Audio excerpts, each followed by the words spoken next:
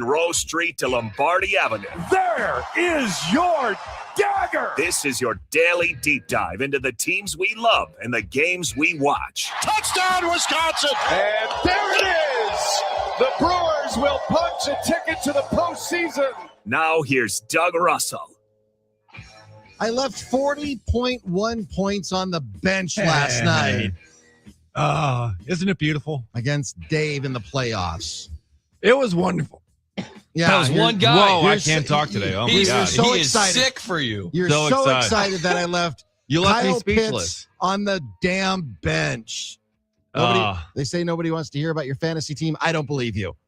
Yeah. I love hearing about it, Doug, because of your misfortune. So, I had Bijan Robinson in my lineup, and he did pretty good. It good is what game, it good is. game. It is what it is. So let's take the fantasy aspect out of it and let's talk about it from a football fandom. Yeah. That performance last night was historically good for Kyle Pitts. Yeah, This it is was. a guy that I've been waiting for it all year long. They've been waiting for it. They've been waiting for it since he was drafted 4th overall. I mean, that fan base has been historic performance. First time since Shannon Sharp in 2002 that someone had 150 yards and 3 touchdowns at the tight end position like he did last night. And it accounted from a fantasy perspective for 7% of his entire career's fantasy production. Sure did. Ooh. You don't have to tell me that. Yeah. And it's just brutal. It seems like he finally remembered that he's like bigger and stronger than like everyone else on the field. Well, they remembered. I mean, the team doesn't do enough to put him in a position to put the ball in his hands. And Kirko Chains, man, since he's gotten in there at quarterback, Pitts has become a real star.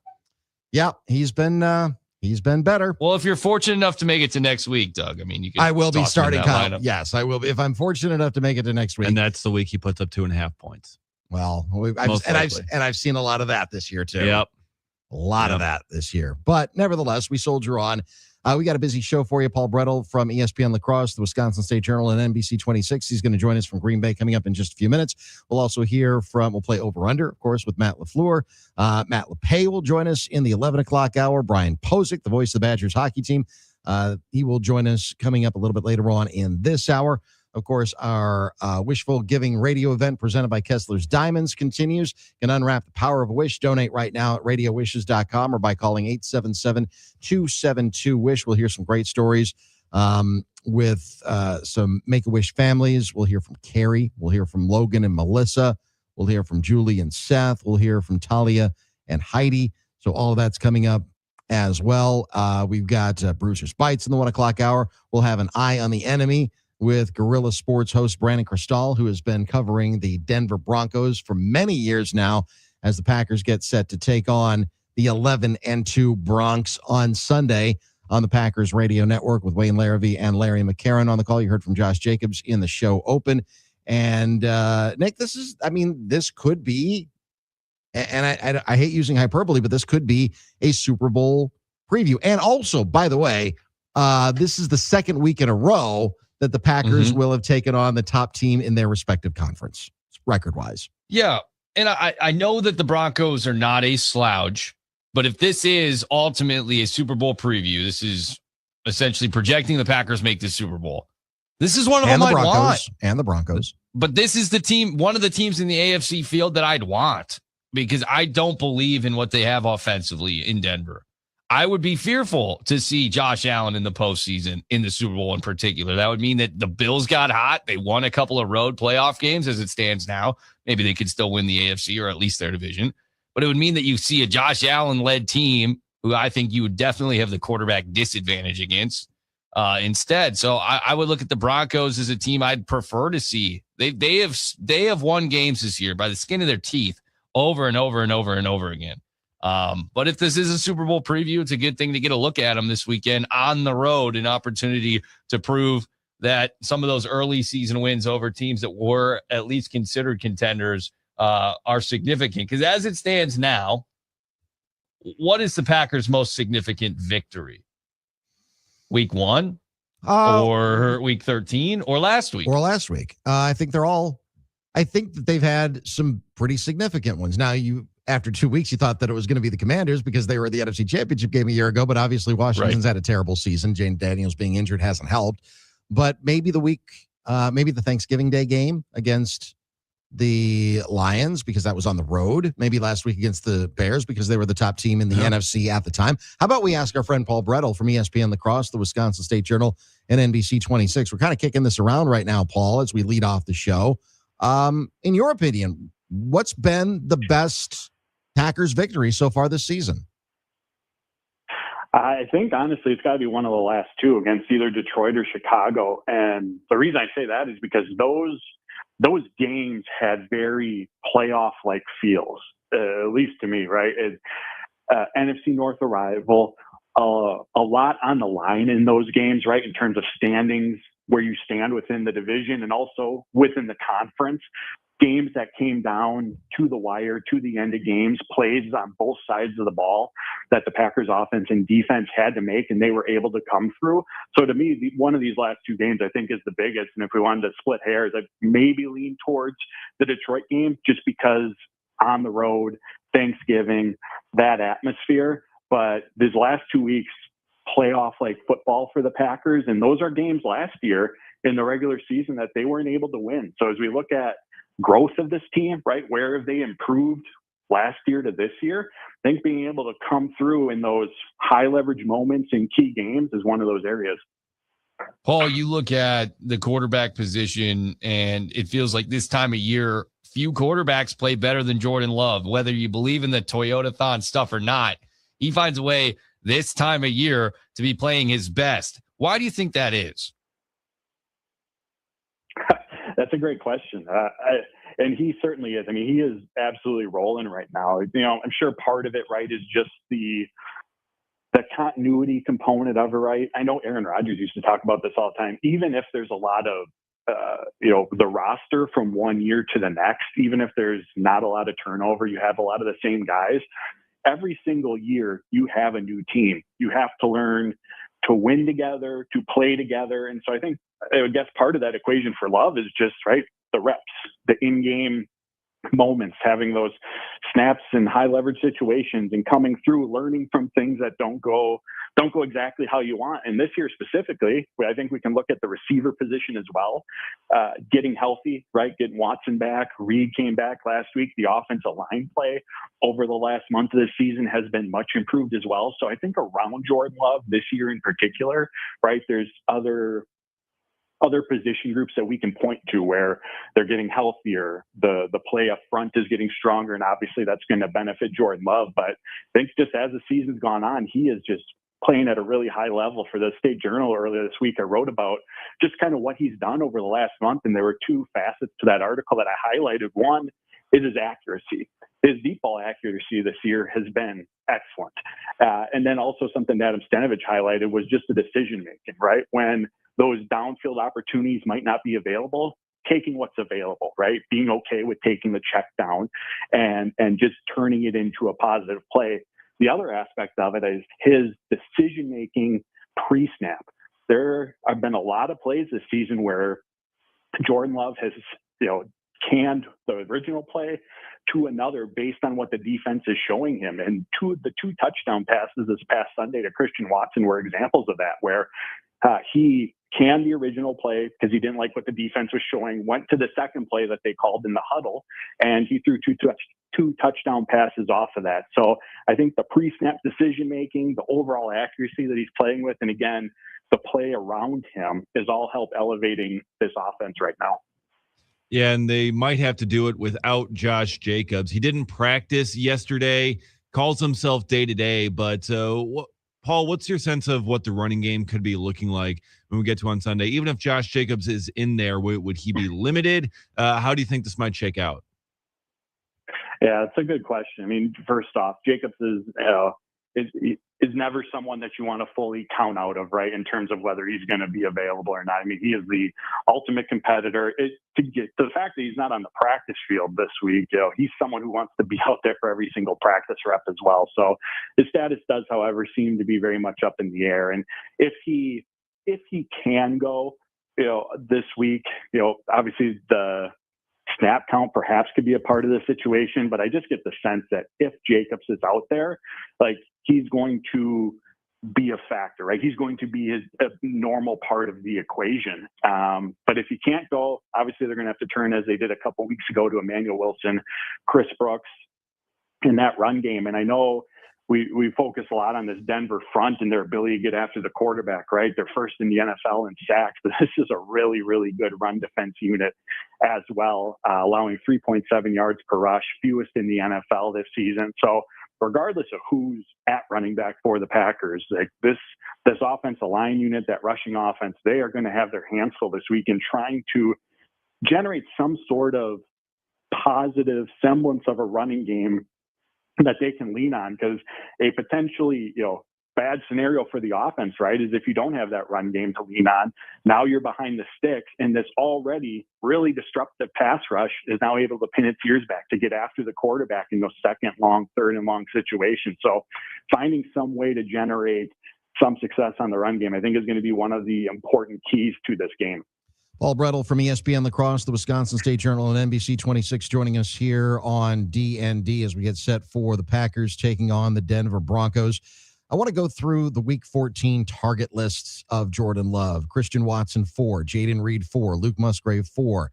Then you've got John Fitzpatrick with 2. Josh Jacobs with 2 out of the backfield. Bo Melton with 2, including the 45-yard touchdown. And Wiley Brooks, Dobbs, Golden, each with 1. At the top, though, you've got Watson with 4 and Reed with 4. As it pertains to Christian Watson, as he kind of emerges as perhaps your WR1, I think he's there. Do you think, in your opinion, he needs to get more targets to maybe boost up what his production could possibly be? I think so. I think finding ways to get Christian Watson in football is never going to be a bad thing for your offense, right? I mean, his level of play since coming off of this injury has been remarkable. It's like the injury never happened, honestly. Like, he has not missed a beat. That first game back against Pittsburgh, and get over 80 receiving yards in that game, has 2 multiple touchdown games, several games over the 80-yard mark. I mean, he has been his performance has been such an incredible performance since returning, and finding ways to get him the ball, obviously going to benefit your offense, right? And Matt LaFleur talks about the versatility he brings, playing the different receiver positions. He can impact each level of the field. And so finding those ways to get him involved are always going to be a good thing for the Packers offense. But part of that equation as well, right? Like, this coaching staff goes into games each week with plays drawn up, specific situations. All right, here's how we want to get Christian involved, Reed, so on and so on. But in part, getting those opportunities, right, is dependent on how's the defense defending you. Because one of the things that I think Jordan Love does a really, really good job of is spreading the ball around, right? There might be a play drawn up for Christian Watson, but if the coverage dictates that the ball needs to go to Dontavian Wicks, that is where Jordan Love is going to go with the ball. So to a degree, yes, there has to be obviously an emphasis. All right, how do we get Christian Watson the ball as much as possible? But there's always going to be as well those variables in play where, even if on a certain play, drive, whatever it may be, the Packers have the best intentions of, all right, like, here's how we're going to get 9 the football. What the defense does may change where the ball goes on a specific play. Paul, when you look at the other side, you got Bo Nix, a second-year quarterback at the helm for Denver. And although statistically he doesn't pop off, the dude's just been winning. I mean, he wins since he's taken over that job. And there's something to be said about always finding a way to put yourself in a position to win. Where do you stand on Bo Nix and how the Packers might be able to neutralize him this weekend? Yeah, the combination of Bo Nix as quarterback and Sean Payton as the head coach has been just a terrific marriage, right? And in terms of just the effectiveness of this Denver offense, and there is absolutely a skill that has to be learned, has to be developed in figuring out how to win close games late. And the Broncos, they've done a really good job of that this season, right? Part of that equation is coming up when the big play when you have to, but also a part of that is not, playing a clean game down the stretch as well, not giving your opponents added opportunities to steal the game away from you. So from the Packers' perspective, they're going to have to play a clean game, no drops. turnovers, limiting those, right? Penalties, because this is a Denver team that is proven that they can absolutely take advantage and capitalize on any little edge that you might give them. And when it comes to defending Knicks, this Broncos offense, I think a lot of it starts with this Green Bay run defense and limiting Denver's ability on the ground. So now Bo Nix, the passing game is, again, like I mentioned earlier, in those second and long, third long situations, because when facing pressure this season, I believe Nix is completing about 44% of his passes. He's averaging just over 4 yards per pass attempt. So you want to give your pass rushers true pass rush opportunities. And if the run game gets going, and that doesn't mean generating tons of explosive plays, but even at a steady 4 or 5 yards a pop, the offense is ahead of the sticks, right? Now they're living in 2nd and 5, 3rd and 2 situations. And even when the quarterback drops back to pass, they now have the luxury of using the quick game, using the screen game. So even though they're passing the ball, those aren't true pass rush opportunities for Micah Parsons and that defensive front because the ball's out so quickly.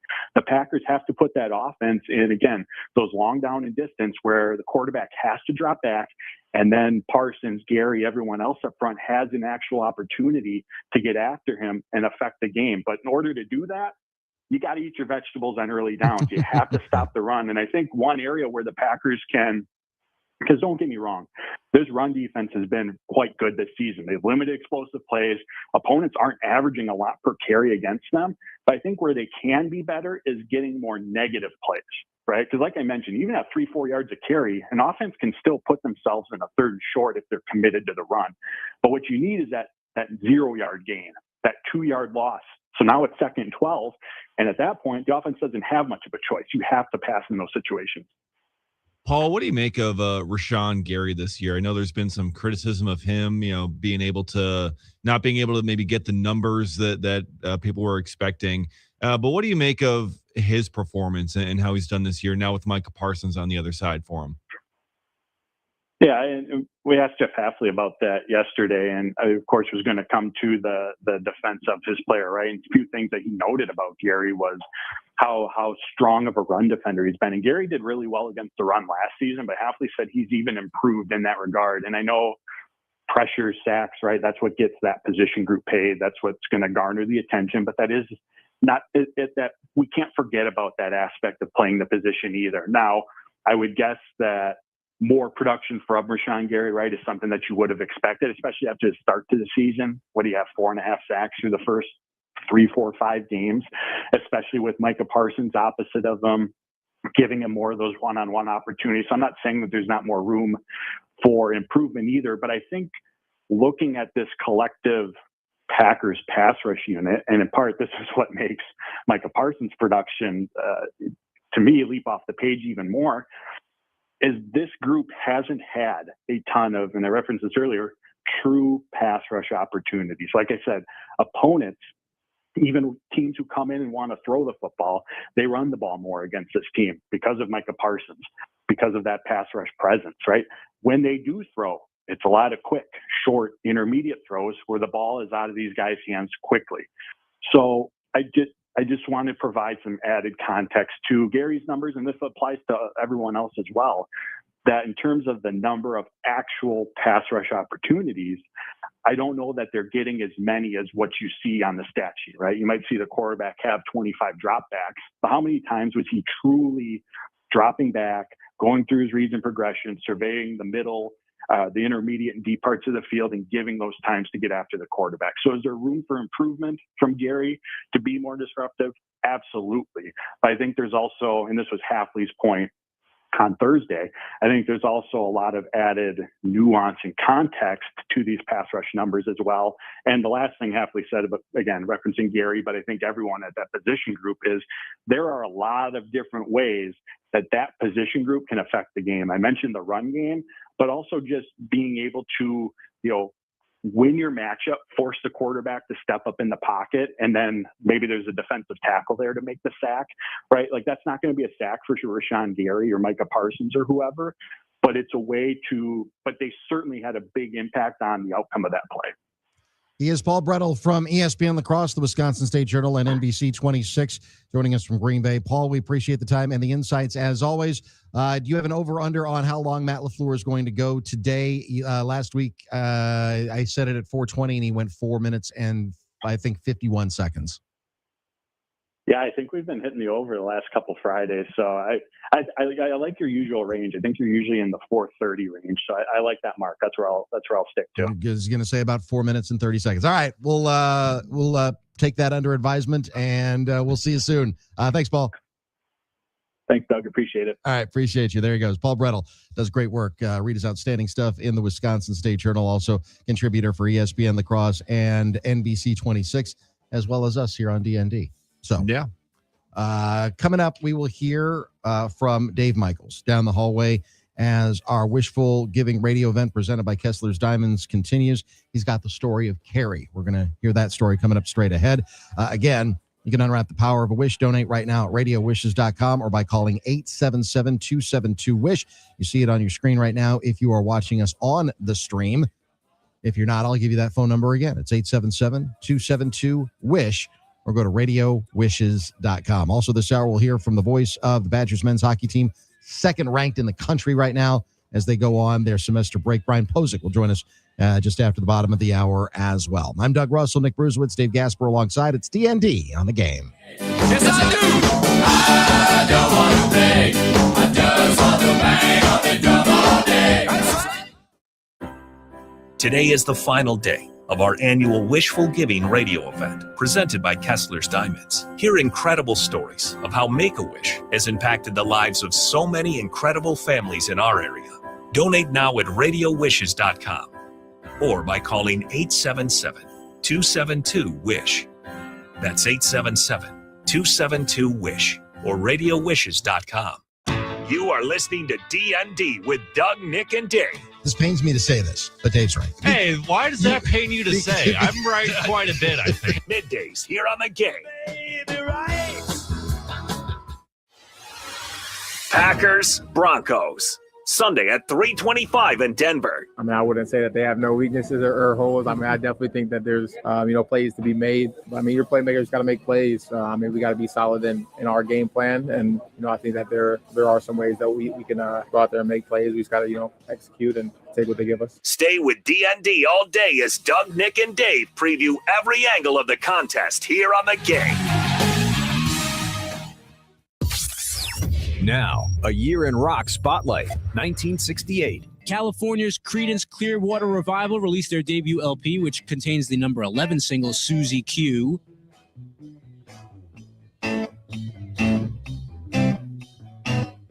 And in August, American band Tommy James and the Shondells have a number 1 hit in the UK with Moni Moni. It goes to number 8 in the US. And the Doors have their first number 1 album and their second and last number 1 single with Hello, I Love You. When she moves, my brain screams out this song. In November of 68, Van Morrison releases his second solo album, Astral Weeks, and Joe Cocker has a UK number 1 with his cover of the Beatles with a little help from my friends. Don't you know I'm gonna make you my friend?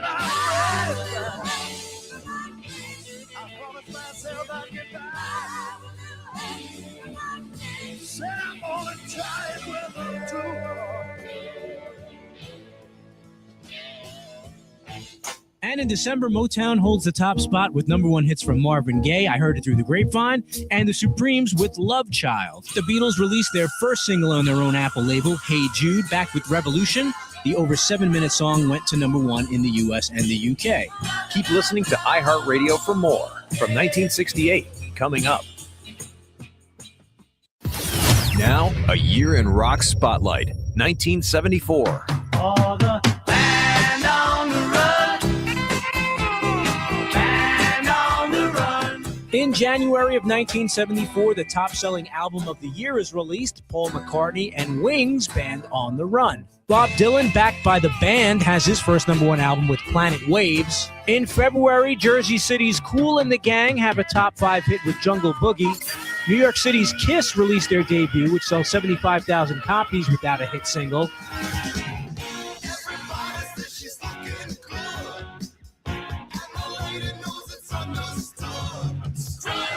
In In March of 74, Canadian band Rush released their debut album, get a new drummer, and go on their first U.S. tour. David Essex has the first of many top 10 hits in the UK and his only U.S. hit with the single Rock On, which goes to number 5. And Steely Dan hit the top 5 with the single Ricky Don't Lose That Number and have a top 10 album too with Pretzel Logic. Ricky, don't lose that number. It's the only one you know. You might use it if you feel better when you get home. Keep listening to iHeartRadio for more from 1974. Coming up. iHeartRadio. Here are the top Elton John songs that you thumbed up. Number 3, Tiny Dancer. Hold me closer, tiny dancer. Count the headlights on the highway. Baby darling, she's so blending. Number 2, Rocket Man. I'm not the man they think I am at home. Oh, no, no, no. I'm a rocket man, burning out the fuse out of every home. Number 1, Benny and the Jets. She got electric boots, I'm more than suit. You know I'm better than a magazine. No, Benny and the Jets. Hear more from Elton John and similar artists now. Search for Elton John on iHeartRadio. All your favorite music, all your favorite stations, all free. I hope you choose the one that means the most to you. And if one door opens to another door closed, I hope you keep on walking till you find the window. If it's cold outside. Welcome back in. It's D.N.D. Doug Russell, Nick Bruzewitz, Dave Gasper on this Friday, December 12th. We are in day 2 of our Wishful Giving Radio event presented by Kessler's Diamonds. Unwrap the power of a wish. Donate right now at radiowishes.com or call 877-272-WISH. If you're watching us on the stream, the number is on your screen. Unwrap the power of a wish. Become a Wish Club or Diamond Club member now at radiowishes.com or by calling 877-272-WISH. You can become a Wish Club member for $20 a month or by donating $240 or more. And when you become a Wish Club member, you'll receive a royal blue quartz and gold-filled beaded stretch bracelet with a Wish charm. It's a $75 value, courtesy of our friends at Kessler's Diamonds. You can also become a Kessler's Diamond Club member by donating $1,000 or more, and you'll receive that bracelet that I just talked about, plus a $500 Kessler's Splurge card, which will be mailed to you after the event. Also, we want to thank our silver sponsors, Habish, and Rotier, and also thank our sponsors, Carmex and Design Air. And throughout the event, every donation will be matched by the Dina Hatch Foundation up to $10,000. All right, our friend Dave Michaels from down the hall here at the Megaplex in Milwaukee. He has been telling so many great stories and been talking to so many of the Wish kids and what these wishes have meant to them. Dave today tells us the story of Carrie.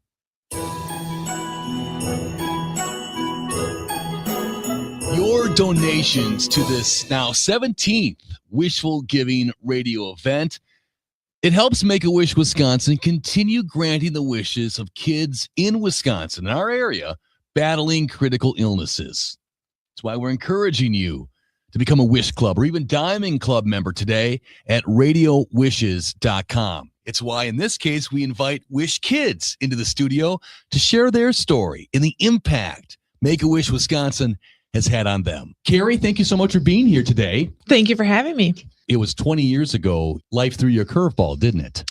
You could say that. I was a junior in high school, living what I felt was my very best life at the time.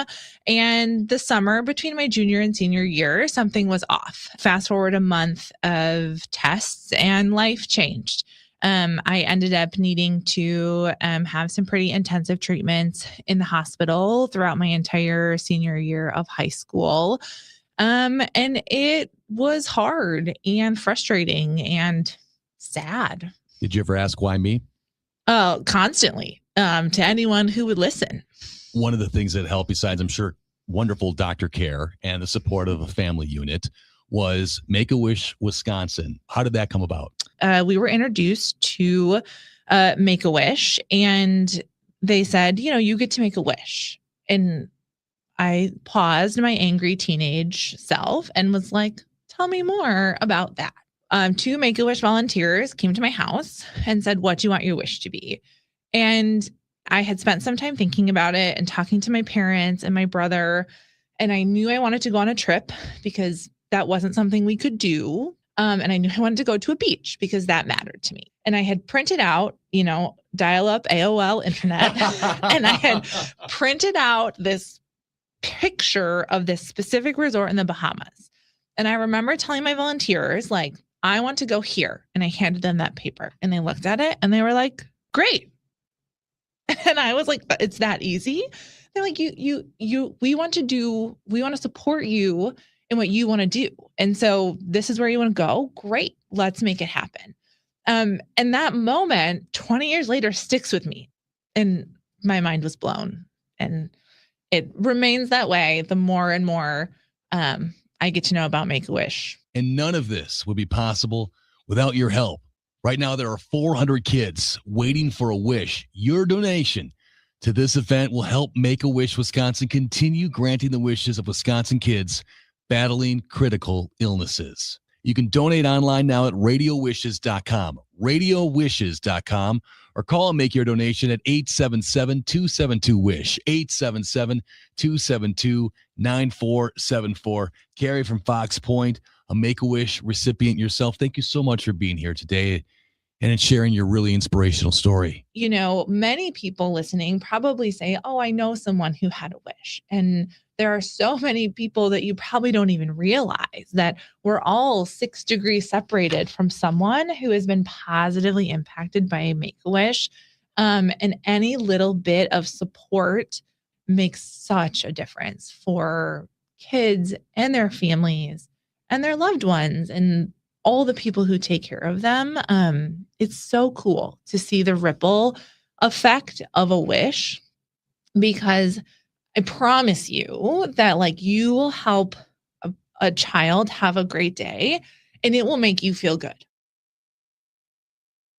All right. That is the story of Carrie. Thanks to Dave Michaels for bringing that to us here on the Game Radio Network. Again, this is the Wishful Giving Radio Event. It's presented by Kessler's Diamonds. Unwrap the power of a wish. Donate right now at radiowishes.com. All right, we'll take a short time out, and when we come back, we'll be joined by the voice of the Badgers men's hockey team and the host of the Wisconsin Hockey Hour, Brian Posick. I guess the first question that I'll have for Brian is, you got some time off now, right? Because the hockey team goes on its break. They've got the Quick Trip Holiday Classic at Fiserv Forum in Milwaukee at the end of the month.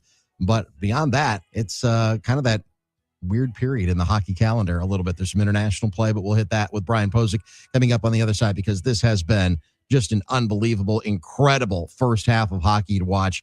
If you're a fan of the Wisconsin Badgers, either men's or women's hockey team, and we'll hit on it with both of those teams with Brian Posick coming up straight ahead. Stay with us on The Game. Chance you get, oh, you find God's grace in every mistake, and always give more than you take, but more than You are listening to the Wishful Giving Radio Event, presented by Kessler's Diamonds. Donate now at radiowishes.com or by calling 877-272-WISH. That's 877-272-WISH or radiowishes.com. Want to watch D.N.D? They're live on YouTube, Facebook, and X right now. There you go. There we go. Just search 97.3 The Game. Should I stay or should I go?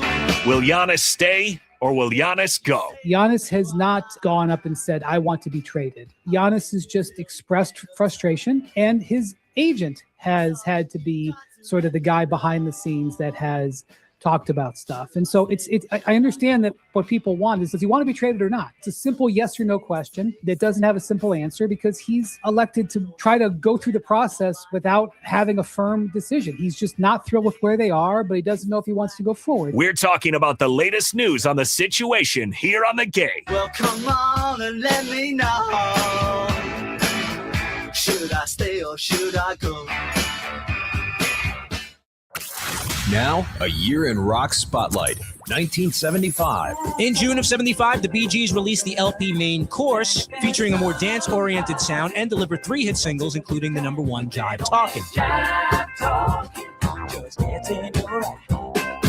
In July, Fleetwood Mac shake things up. They add Americans Lindsey Buckingham and Stevie Nicks to the lineup and have a number 1 album. And Wings released the album Venus and Mars, which goes to number 1. Their U.S. tour features Paul McCartney's first live appearance in the U.S. since 1966. Love is fine for all we know. For all we know, our love will grow. That's what the man said. Don't you listen to what the man said. He said. In August of 75, the Eagles' 4th album goes to number 1 and has 3 top 5 singles, including the number 1 title track, One of These Nights. And the boss, Bruce Springsteen, is featured on the cover of Time magazine, and Born to Run becomes his breakthrough album, reaching number 3 in the U.S. Come on with me, chance like us. Baby, we were born to run.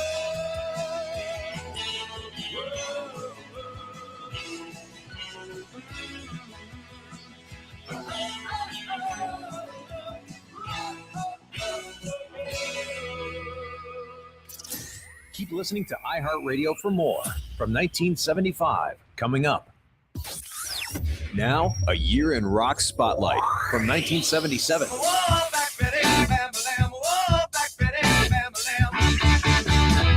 In June of 77, Ram Jam have a top 20 U.S. hit single with the cover of Lead Belly's song Black Betty. Chicago area rock band Styx have a U.S. top 10 album, Grand Illusion, including the top 10 single Come Sail Away. Come sail away, come sail away, come sail away with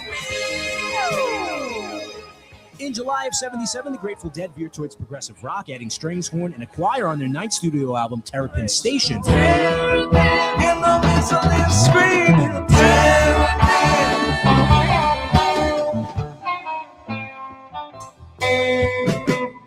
In August of 77, the King dies. Elvis Presley's found dead in his home in Memphis, Tennessee at the age of 42. Detroit rock vocalist Iggy Pop releases his 2nd solo album, Lust for Life. It's his 2nd collaboration with David Bowie.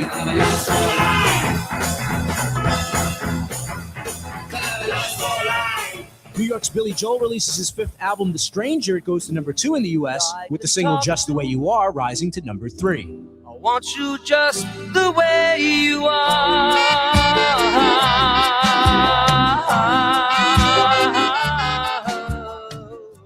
Keep listening to iHeartRadio for more from 1977. Coming up. Animals need friends. For a list of 10 easy things you can do to brighten their lives, please write People for the Ethical Treatment of Animals. That's PETA, Norfolk, Virginia, 23510. Thanks.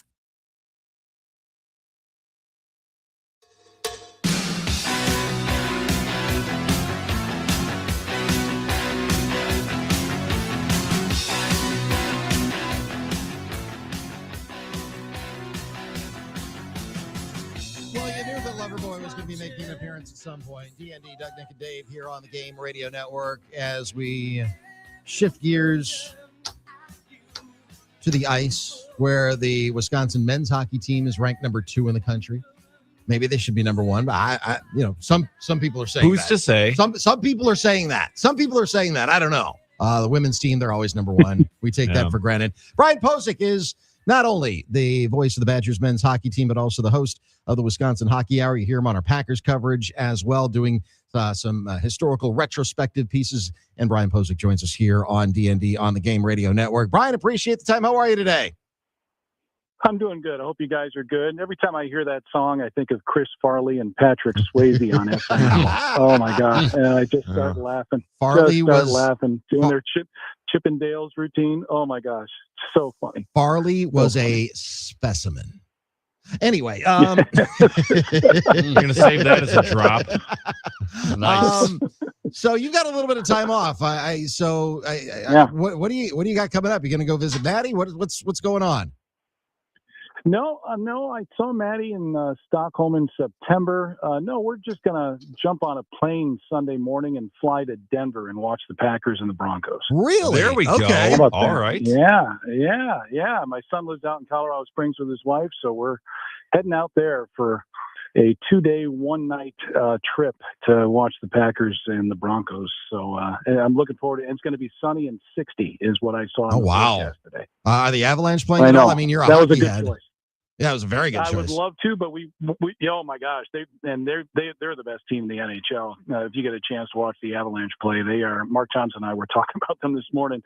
They are a treat to watch. Kind of like both the Wisconsin hockey teams, the men and women. The women are scoring about 6 goals a game. The men are scoring about 4.5. Combined, they're 33-3, and number 1, number 2 in the country. Yeah, it's been a fun first half so far. I had this question last week, and I don't know if you know the answer to this or not, but you would probably know better than anyone else that I could possibly ask. Has there ever been a point where the Wisconsin men's hockey team and women's team have both been ranked number 1 at the same time? I know the men are number 2 right now, knocking on the door at number 1, but have they ever been 1 at the same time? Yeah, it's happened a couple of times, most notably when both teams won the national championship in 2006. So, but that's 20 years. That's 20 years ago, and it happened. Wisconsin, Mike Hastings' squad was number 1 in the country a couple of years ago, his first year on the bench, and the women were as well. So that was most recent. It's happened a few times along the way, but it's always fun to talk about. And the Wisconsin men could be very well could be number 1. They were close. I think Michigan received 3 or 4 more first place votes out of 50 total votes that Wisconsin received. So it's and the Badgers split with the Wolverines up in Ann Arbor back in November. So either way, honestly, it's December. You want to be number 1 in April, and that's what both clubs are shooting for. It's a hell of a long season. I don't know how many people who don't necessarily lock in as much as you do, Brian, recognize that these folks get together pretty early in the school year. They're together in the off season, and then they're together for a stretch run that can last all the way to April. I do want to ask you about covering a team. You've been doing it for a very long time. This break can be great for health, but also I don't know if you want to take this team off the ice right now. So how do they maintain that level of consistency, keep their edge while they're away from the sport for a couple of weeks here? Well, if you're the coaches, you trust your players. They have a strength and conditioning coach on each side. The women have Paul Valukas, the men have Tom Inkrot, and along with the trainers, they'll establish some sort of routine for the time off that the two teams have. The men, again, as Doug mentioned, back at the Quick Trip Holiday Face-Off, December 28th and 29th. The women don't play again until January 9th and 10th, although there are 5 that are skating for the U.S. in the rivalry series against Canada. They play in Edmonton again tomorrow night. They beat the Canadians 10-4 on Wednesday night up in Edmonton. The United States women's team looks head and shoulders better than Canada, and Canada is the second best team in the world. So right now it looks pretty sweet for Team USA in that regard. But so they give these guys the ability to train, and a lot of guys will go back home and find local rinks and go out and skate and just try to stay in shape. The gals too, and then you come back and you get ready to go. Yeah, it's actually Mike was fretting about after the Badgers swept Michigan State in East Lansing. They had a weekend off before going to Notre Dame. And he was worried that, he wanted to play. It's too bad, but that's the way the schedule went. Didn't look like they missed a beat, although they fell behind 2-0 on Friday at Notre Dame and then scored 4 goals in the second period, won 7-4, and then 9-2 the next night. So, you kind of would like to keep it going. But as you mentioned, Nick, this started back in September, first real practices in October, and, the Frozen Four all the way through early April. There's a long way to go. Brian, I wanted to ask you about a former Badger here that we just saw in the news this past week. Craig Smith retiring from the NHL after 14 years, nearly 1,000 regular season games. A long time with the Nashville Predators. Just what do you remember about his tenure in at Wisconsin and his career in the pros? Well, I mean, he grew up in Madison. He's from Madison. That's one thing that makes Craig Smith special. He's also a heck of a young man as well. But he had an excellent National Hockey League career. And, you think about his days at Wisconsin. He was part of the Frozen Four team in 2010. only played 2 years here and had close to 75 points in some 80 games or something like that, a point per game player at the collegiate level. But his size and speed was what attracted the NHL to him and the Nashville Predators specifically. And he had an excellent career. We wish him the best. We see him around the rink occasionally. He's done some promotional things for the Wisconsin hockey program. I think he'll be fine the rest of his life. He's a talented young man. He can sing, play the guitar. He's just a smart dude, and he parlayed his hockey career at Wisconsin into something special. And speaking of special, Joe Pavelski was just inducted in the U.S. Hockey Hall of Fame on Wednesday in St. Paul. The 11th Badger to be inducted into the Hockey Hall of Fame. Brianna Decker went in last year. Mark Johnson, Tony Granato, Bob Johnson, Jeff Sauer, Tony Granato, Chris Chelios. I mean, you can go on. And obviously Pavs was instrumental in the 2006 national championship team. And he left after 2 years, and people are wondering, wait a minute, this guy, he's not built very strong. He's not the fastest in the world, but boy, he knows how to compete, where to find the open areas. His hand-eye coordination, remarkable. And he played 18 years in the National Hockey League, twice in the Olympics. I mean, what a career Pavs had too. So, having covered this team for a long time, you see young men come and go. Some you get to see for a longer period of time playing in the National Hockey League. And then all of a sudden their careers come to an end, and you're still calling games, and all of a sudden those guys' kids are playing for the Wisconsin Badgers or somewhere else. So, feeling old as my career moves along, to say the least. And another one of those guys, Cole Caulfield's playing in the NHL right now for the Montreal Canadiens. He's had a marvelous professional career after an incredible collegiate career. Former Hobie Baker Award winner as well. Some of those guys that you mentioned, though, the Chris Chelioses of the world. You mentioned Joe Pavelski as well. I mean, how many of those guys still kind of hang around the program a little bit? I know not all of them live in Madison or around the area, of course, but how much do they kind of parachute in here and there? Well, there are quite a few that still do. I mean, Pavelski still lives here. He's got a young son who's a very good hockey player. And Joe has actually been on the ice with the Badgers periodically, not as much lately, but periodically during the preseason, helping in whatever aspect he can. We see Brian Elliott a lot. Adam Burish is a major backer of this program. Andy Brandt, head coach and GM of the Madison Capitals in town. Tommy Gilbert's one of his assistant coaches. Andrew Jodery's been running the Caps for Ryan Suter for the longest time. So you see these guys here and there, mainly at rinks, but they're still here, and they're still very much in love with this program, and will do whatever they can to help it be successful.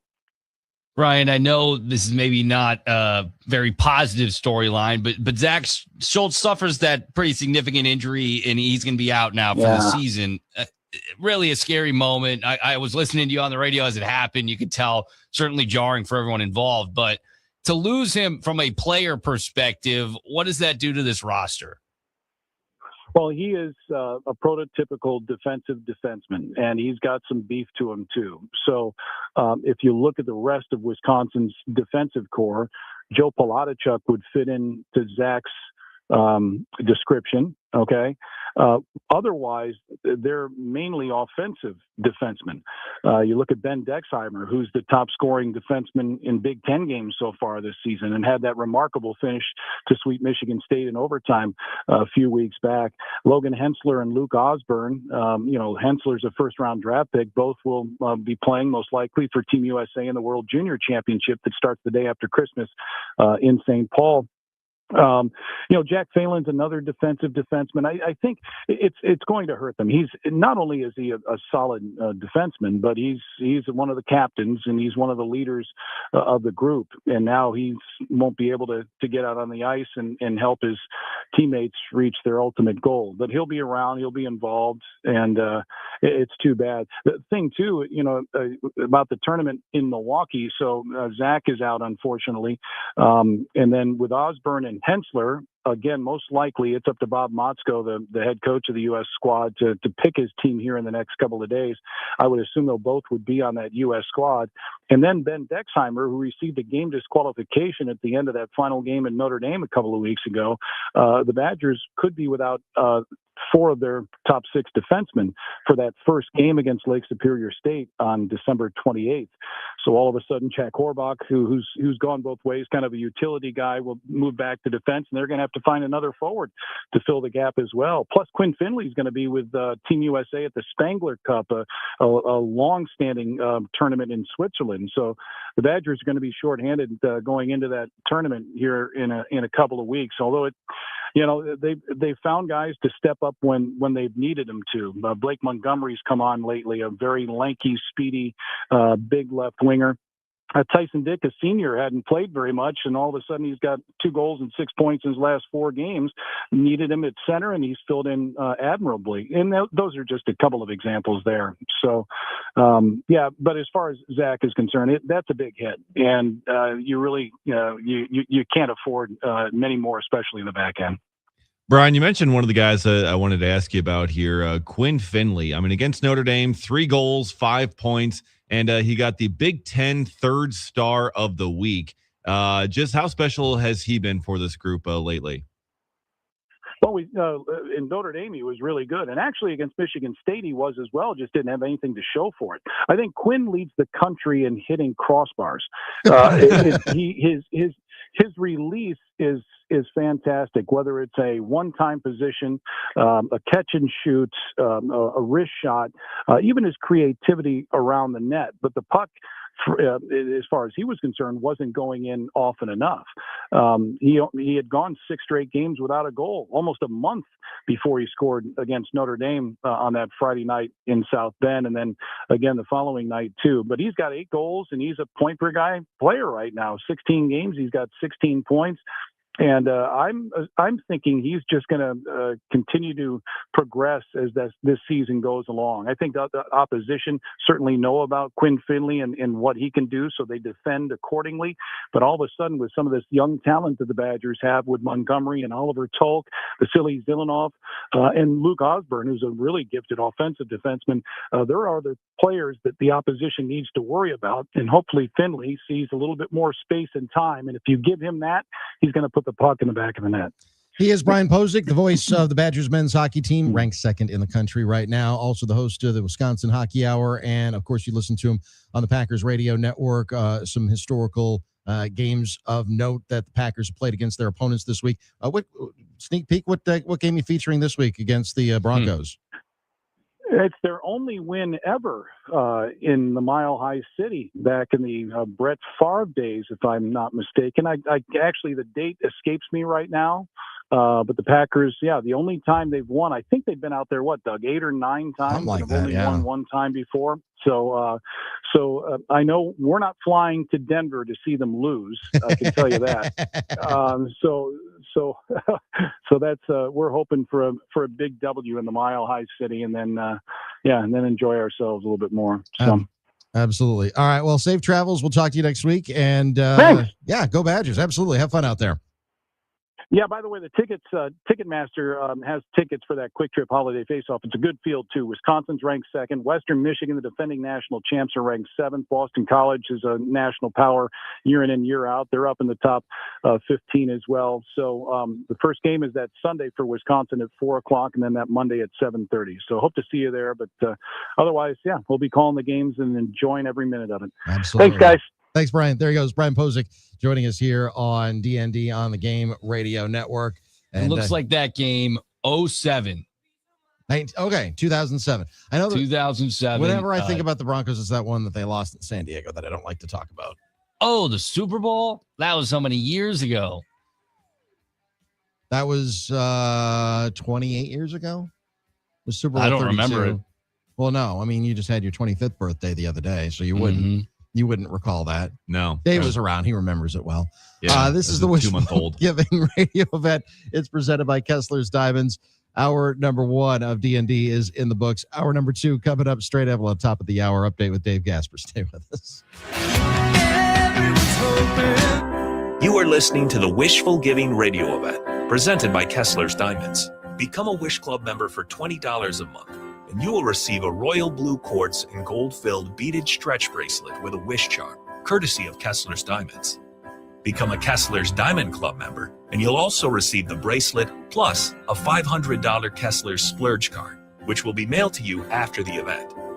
Donate now at radiowishes.com or by calling 877-272-WISH. That's 877-272-WISH or radiowishes.com. Want to watch D.N.D? They're live on YouTube, Facebook, and X right now. I like him even more. Just search 97.3 The Game.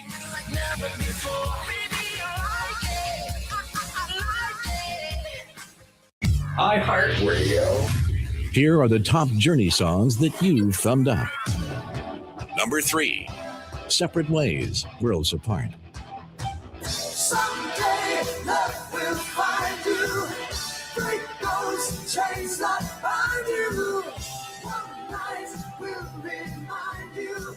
Oh, we touched away our separate ways. Number 2, Any Way You Want It. Baby, for change. Oh, she said, any way you want it, that's the way you need it. Any way you want it. Oh, I said, any way you want it, that's the way you need it. Any way you want it. Number 1, Don't Stop Believing. Don't stop believing. Hold on to that feeling. Street light, people. Hear more from Journey and similar artists now. Search for Journey on iHeartRadio. All your favorite music, all your favorite stations, all free. Now, a year in rock spotlight, 1967. Van Morrison, formerly of the band Them, has a number 10 hit as a solo artist with Brown Eyed Girl.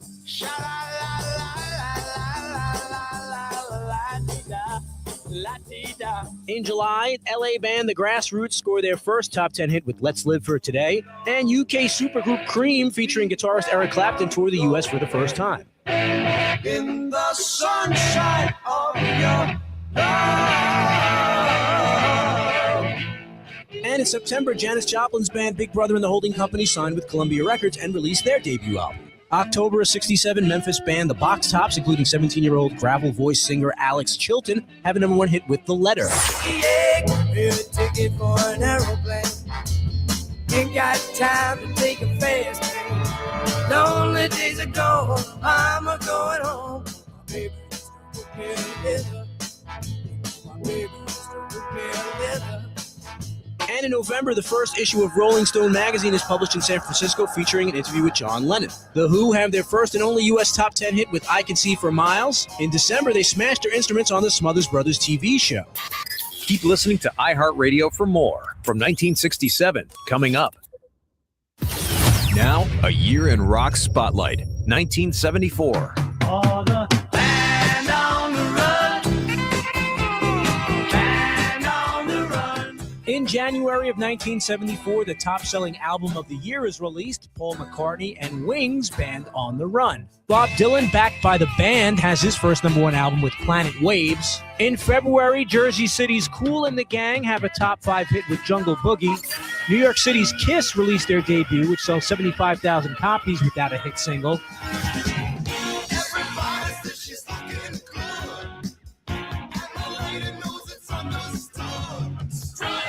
In March of '74, Canadian band Rush released their debut album, Get a New Drummer, and go on their first U.S. tour. David Essex has the first of many top 10 hits in the UK and his only U.S. hit with the single Rock On, which goes to number 5. And Steely Dan hit the top 5 with the single Ricky Don't Lose That Number, and have a top 10 album too with Pretzel Logic. Ricky, don't lose that number. It's the only one you want. You might use it if you feel better when you get home. Keep listening to iHeartRadio for more from 1974, coming up. iHeartRadio goes one-on-one with Peter Gabriel as he reflects on the first official gig Genesis had in 1969. Oh, well, actually, it was at the end of the lane going to my parents' farm. There was a family there called the Barnes who wanted a band to play at their party. And truthfully, the people at the party really wanted to hear hits, and they didn't want to hear original songs, which is the age-old dilemma for bar bands. Keep listening to iHeartRadio for more Peter Gabriel and all your favorite artists. What you waiting for? Let's go. Make sure to make us a preset on the iHeartRadio app so you can listen to us anytime, anywhere. Wisconsin's home for sports and stuff. We are the game. He's very knowledgeable, very intelligent guy, very personable guy. Here's Dave Gasper. The Milwaukee Bucks got the win last night over the Boston Celtics, 116-101. Kyle Kuzma was the leading scorer with 31 points on 13 of 17 shooting. Here's Doc Rivers. Hey, listen, he's bought into his shot profile like he really has. He avoids the in-between jump shot. We want corner threes from him. We want him to attack the basket. And if he doesn't have layup, spray it out. He did all those things tonight. Much needed win for this group. Yeah, I mean, we didn't really talk a whole lot about it because the Bucks are kind of where they're at right now. But, they need to start stacking some of these. And if they can start stacking some of these, because they do beat good teams. The Celtics were a hot team coming in. 5 wins in a row. 5 wins in a row. They'd won 10 out of their last 12. They were playing really good basketball. And the ability to have a couple of practice days and then cool off a really hot team. I don't think this is a bad team per se, but sometimes they play really, really poorly. And, so they're still going to be without Giannis for at least a little while. So it's going to be incumbent upon them to get it done. You know who didn't play really poorly last night? Kyle Pitts. Cousins over the middle, wide open, and there into the end zone goes Kyle Pitts for the touchdown. End of the day, he's still on my roster. Yeah, I benched him. I lost 40 points, but if I get past you, I'm playing him next week. Oh yeah, if you get past me. If I get past you, if big if. I mean, it's a big if. Listen, the 40 points would have helped. They would have been nice you guys for you. Tie. I hope that you guys tie and you both can be winners. I don't think it works that way. I think there's a tiebreaker. It probably is. Yeah, but I appreciate appreciate the sentiment. Yeah, but 3 touchdowns for Kyle Pitts. A big night for him. And it leads Atlanta to a 29-28 win over the Tampa Bay Buccaneers. And the Buccaneers, I mean, that was a really tough loss for them. They needed it. They needed that game to stay on top in the NFC South. Now the Panthers are in first place down there. So that loss to Carolina not looking as bad as it was at the time. But head coach Todd Bowles of the Buccaneers was understandably not happy.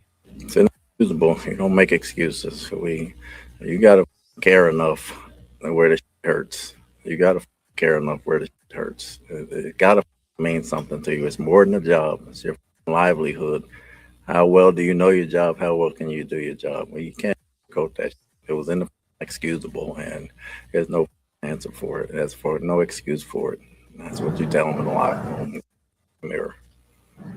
I counted 12 edits in that 27-second sound. Yeah, he's going to get fined. I mean, if you drop one, that's one thing. You drop 12, you're getting fined. Yeah. Well, the thing is, too, was he wrong, though? No, absolutely not wrong. Dave and I on the same wavelength. So later you will hear that again, but with bleeps, because I went through and bleeped each and individual one earlier today. But I guess the point will hammer home. Todd Bowles not happy after blowing a 15-point or 14-point lead yesterday, 14-point, 28-14. Yeah.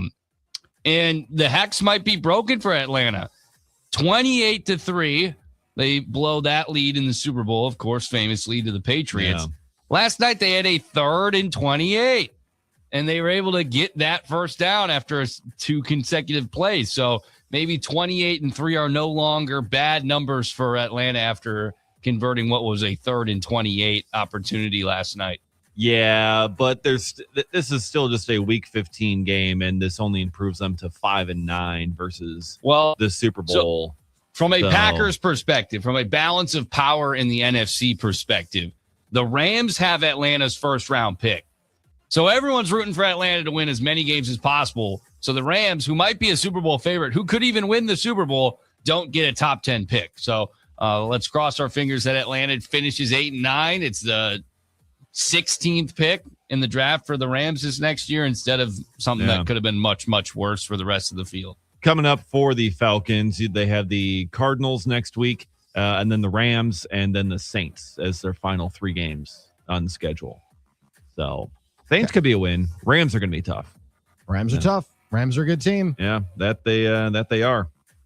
And someone who's not a good team, the New York Jets, they have extended Josh Myers to a 2-year, $11 million contract. Former Packers legend, Josh Myers. That's a low bar for legend, but yeah, well, it was mostly sarcastic, but yes.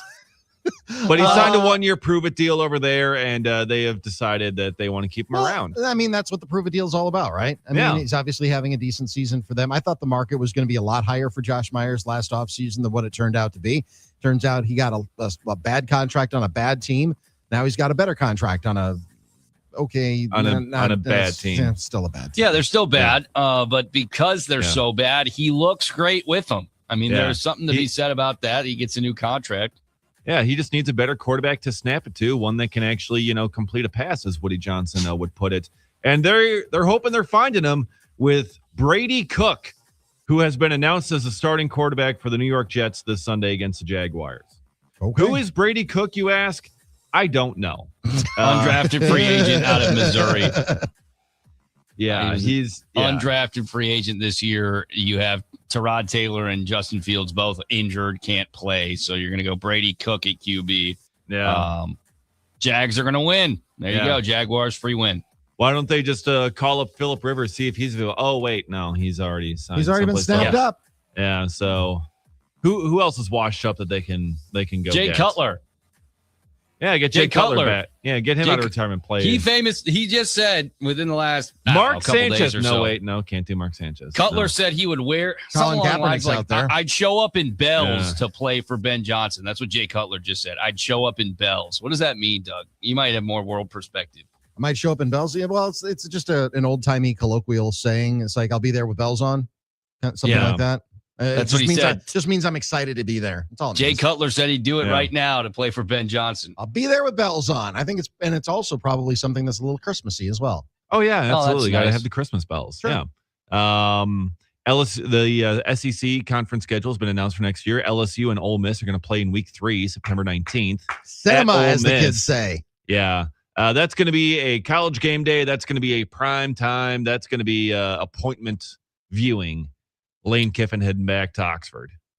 Interesting. Yeah, okay. I cannot wait for that. All right. That will be interesting. Let's see. Right now, women's volleyball, the Badgers, they've got their they're playing tonight. They're playing this afternoon. Or this afternoon. 1:30 against Stanford in Austin, Texas. So right now, Texas is taking on Indiana.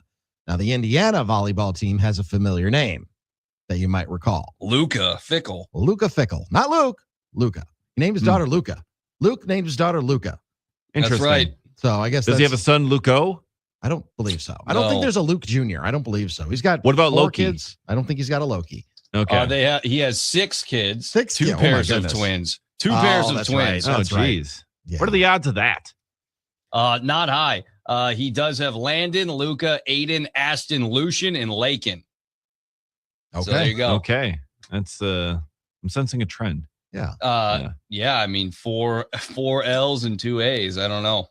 I don't know how much and how well Luca Fickle plays, but she's on a good team. She's on Indiana. I mean, they're quality. So she's got to be good. She's got to be good. There, as I'm looking at the graphic on the screen, 25-7 on the season.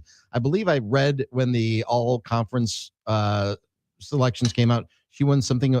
I believe it was like a sportsmanship type of thing or a good citizen type of thing. Okay. So at least, I mean, they don't give that to. Is it like an academic All-American kind of thing? I'm not sure, but they don't give it to somebody who doesn't play at least. So she's probably at least playing. I don't know. Okay. I mean, she wasn't first team or anything like that. Then again, this is what blew me away when I saw the first team volleyball list. You know, I figured it would be like a list of about 6 or 7.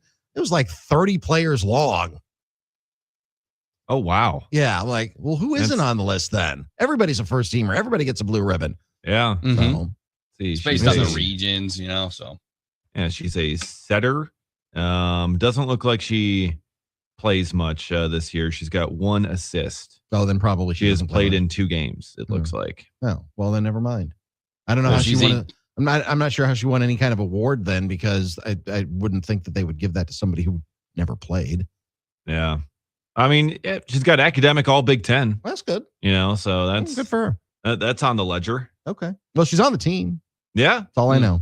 That's the important part. And it looks like, according to her bio here, her birthday's coming up in a couple of days on the 17th. Nice. Which is also For my what it's mom's worth. birthday. Oh, there you go. Happy birthday. Wow. Happy For what early it's birthday, worth, Luca. Both the older twin boys who Not are the same seniors year. at Edgewood this year, Ashton and Aiden, are Youngstown State offers. They've both gotten offers from Youngstown State. Those are only offers they football? have so far. Yes. Okay. I wonder if Luke's going to offer them for Wisconsin. No chance. Slim. He told his oldest son to stay at Cincinnati when he came here. His oldest son was on the Cincinnati team. He said, stay at Cincinnati. So, listen, you can't. I want my coach to not can't play have preferential treatment. Can't have preferential treatment. And listen, he's a talent evaluator. Now you can make your own judgments as to how good of a talent evaluator, and that's fair. You can make up your own mind about that. But he is a talent evaluator, and when he tells his own kid you're not good enough, well, at least no, don't come. Yeah. Okay, Dad. Fine. I didn't even want to. Yeah. I wasn't even going to. You're the one Dad. leaving, Dad. Screw you, Dad. No, I didn't even Don't want tell me to go to my room. I didn't even want to come. It's like, good, you're not. Yeah. Well, that's fine. I don't even. So, unfortunately, I have seen both Ashton and Aiden in countless slings and casts over the last 3 years. Both those high school boys get hurt over and over again. Interesting. They just are injury prone. So if they were in a position to maybe go on to the next level, they're going to have to figure out the health concerns. I would be down there in the post-game presser area, and Mike and I at the time, we'd be doing our one-on-one with Fickle, and then his wife would come up and there'd be small talk and he'd be like, what happened to this one? Oh, well, he broke his wrist. What happened to that one? Dislocated his shoulder. What happened to that knee injury? It's like, when are they not in cast? Mike even had that question to him. Yeah. Constantly falling out of trees or, doing whatever stuff Listen, kids boys do. will be boys. Yeah. That's what you got to Twins. do. It happens. Yeah. They So- feel each other's pain. I think that's like telepathy or something. It might be. I've got cousins that are twins, but they're not. They're fraternal twins. They look nothing alike. They've never looked anything alike. I can look at baby pictures, even when they were newborns, and I can tell this is Justin and that one's Garrick. They're just so different from each other. I wonder that if you do have a twin, though, like if you're offered at the same school, I mean, do you room together? Is there that telepathy that you're talking about? Can you never be apart? There are some twins who just never are apart, which is, I guess, because I have no, I don't have a twin myself. I have a brother, but I don't have a twin. It's just hard to relate. Yeah. Yeah. I've got no idea. No twins either for me. Thankfully, but can you imagine two of you? No, I'm kidding. Oh my goodness. Yeah. That'd be terrible. Yeah. One of me is hard enough apparently for everyone. Abby's cousin has triplets. Wow. Oh, okay. Okay. Tell us your twin stories. Are you a twin? 877-794-1973. Do you do everything with your sibling? Yeah. Are you fraternal twin or are you identical twin? We had identical twins, the Glusick twins, when I was in high school, and I could not. And for 6 years, through middle school and all through high school, I could not tell them apart. I wasn't close friends with them or anything like that. So Yeah. maybe if I was a close friend with them, I would have known. They were a couple of soccer players, nice guys. Didn't just, we ran in different circles. I could never, ever tell them apart. Yeah. There was a pair of twins and triplets in my high school class. And the twins, like, they were extremely alike. Like, you had to really kind of like get to know them to be able to tell them apart. Like, just kind of walking by, it's like, which one is that? I wasn't quite sure sometimes, but yeah, the triplets, those were a bit easier to tell apart. But yeah, it's like, wow, that's so many. All right, we got to set an over under because we got Matt LePay coming up later on this hour. Matt LaFleur also. We have to set. We got the two Matts. We've got the two Matts. I have put them back to back. I need to put like $1 in the jar every time I say Matt LePay and I mean Matt LaFleur because they're in back to back segments. Yeah. On the same, I know the difference between the two. I've known Right. Matt LePay for 25 years. One of them's a Hall of Famer. Yeah, and the other coach is the Packers. Mm-hmm. Yeah. Who, we're still maybe one day. Maybe one day. We're still waiting for that. You got to get a Super Bowl first. Got to get through January. You play in February. All right, now you're in the conversation. Yeah. But you got to play in February, and he hasn't played in February yet. Nope. So we got to set an over under. I mean, I'm going to go with Paul Brettel. Okay, 4:30. He said 4.5. I'm going to go straight 4 minutes and 30 seconds. Okay. On Matt LaFleur. We'll have Matt LePay coming up a little bit later on this hour as well. Also, We will hear from Dave Michaels from down the hall and Logan and Melissa as we continue to tell stories during our Wishful Giving radio event. It's presented by Kessler's Diamonds. Unwrap the power of a wish. Donate right now at wishes.com, radiowishes.com, or call 877-272-WISH. If you are watching us on the stream right now, you've got the phone number and the website on your screen. But again, if you're not listening, or if you were just listening to us and not using the video component of the show today, again, radiowishes.com or 877-272-WISH, and you become a Wish Club member for $20 a month or by donating $240 or more, or Kessler's Diamond Club member by donating $1,000 or more, and you get $500 back in the form of a Kessler's Splurge card that'll be mailed to you after the event. All right, we will hear from Packers coach Matt LaFleur coming up. The over-under is at 4 minutes and 30 seconds. I will be taking over-unders now. Dave, we'll start with you. Over or under? I'm going to go with under. Dave is going under. And do you have a time that you think he's going to go? I'm going to go with 4:11. 4:11. And Nick Bruzewitz. I'm going to go over. I'm going to go 5:45. I think he's got a lot to say today. Okay, 5:45. Get yours in on the nicklaylaw.com talk and text line, 877-794-1973. The over-under is set, and it was set by our friend Paul Brettel at 4 minutes and 30 seconds. Dave is going under at 4:11. Nick is going over at 5 minutes and 45 seconds. What say you? Again, 877-794-1973. The Packers head coach meeting the media, giving the Friday injury updates. Coming up straight ahead. Stay with us. It's the Game Radio Network on a Friday.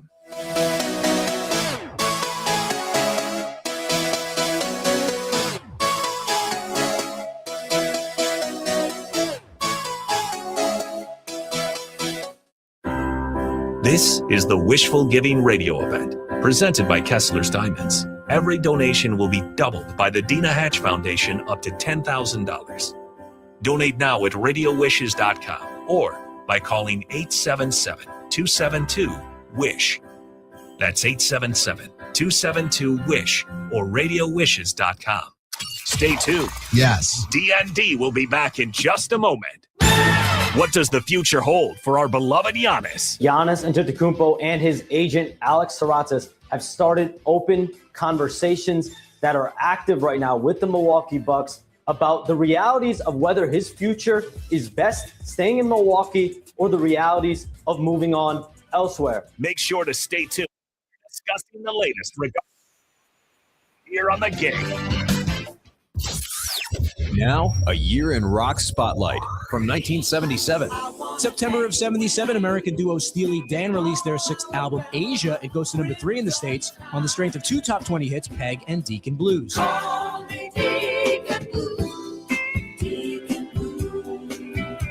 In October, the major label debut album by Meatloaf is released. Hits number 14 in the U.S. and goes on to be one of the best-selling albums of all time.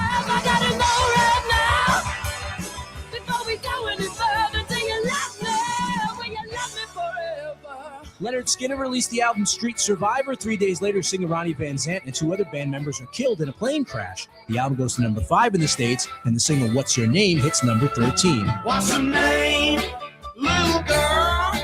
What's your name?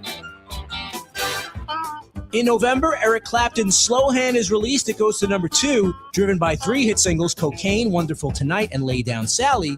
Lay down, Sally, and rest you in my arms. Don't you think you want someone to talk to? Keep listening to iHeartRadio for more from 1977. Coming up. iHeartRadio. Here are the top Pat Benatar songs that you've thumbed up. Number 3, Love is a Battlefield.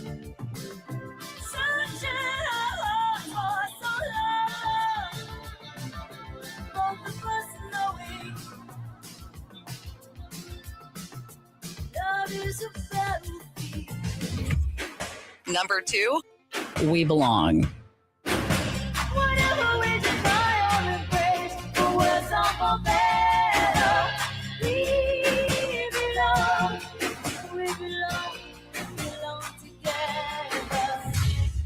Number 1, Hit me with your best shot. Hit me with your best shot. Why don't you hit me with your best shot? Hit me with your best shot. Fire away. Hear more from Pat Benatar and similar artists now. Search for Pat Benatar on iHeartRadio. All your favorite music, all your favorite stations, all free. Now, a year in rock spotlight from 1977.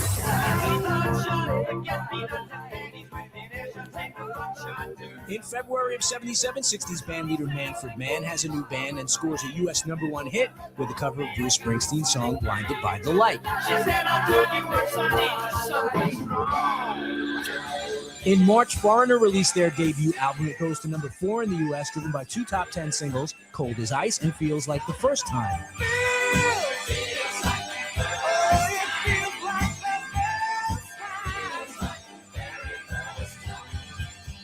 Philadelphia blue-eyed soul duo Hall & Oates have their first U.S. #1 with Rich Girl from their 5th album, Bigger Than the Both of Us.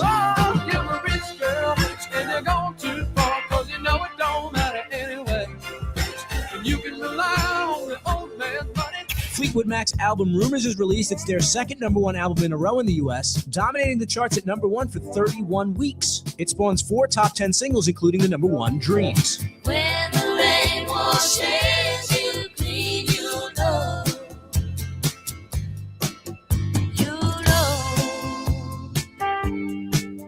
Keep listening to iHeartRadio for more from 1977. Coming up. iHeartRadio goes one-on-one with Rick Springfield to get some insight on his latest release, Rocket Science. It's a guitar-based record for sure, and I love big hooks, and not a country record. It's also a rock and roll record, but it does have some country elements. Keep listening to iHeartRadio for more from Rick Springfield and all your favorite artists. Are you ready for kids who eat healthy?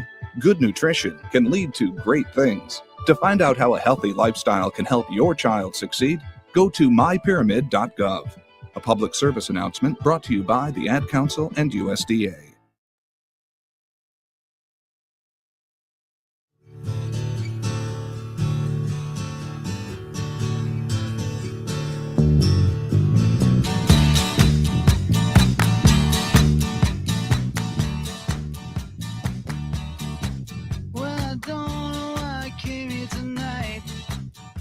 Dave, are you making somebody's dreams come true over there on the other side? Somebody's requesting a song. Yeah, we're not playing it here because by the time we got the request, I had to pick a song. So it's okay, then we got to it. But taking bumper music requests.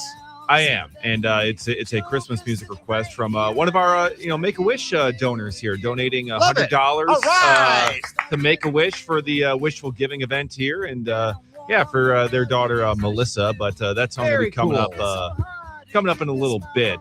This is not the one, but they. You know what? Let's go rogue. If anybody wants to donate $100 or more, we'll play whatever you want within reason. It can't have bad words in it. Yeah. There you go. Yeah. You pledge $100. We will play whatever song you want for bumper music absolutely. in and out of the same break. There we go. That is our Wishful Giving Radio event presented by Kessler's Diamonds. I love that. Yeah. Listen, non-traditional revenue, baby. This is it's exactly. It's Make-A-Wish for crying out loud. This is charity. It's for the kids. Exactly. So the song that they wanted, now that I actually can get it pulled up here, was iHeartRadio. Oh, come on. Why do we got to have this? We'll pump the brakes on that. We'll get to it on the other side. We've got Matt LaFleur to get to, but we will get the request in. I promise. You pledge money? Yes. We'll get it next segment. We'll get it next segment. Definitely. Yeah. All right. We've set the over-under at 4 minutes and 30 seconds. Dave has gone under. Nick has gone over. And get yours in on the nuclearlaw.com talking text line at 877-794-1973. Are we ready, Dave? We are ready. All right, hit it.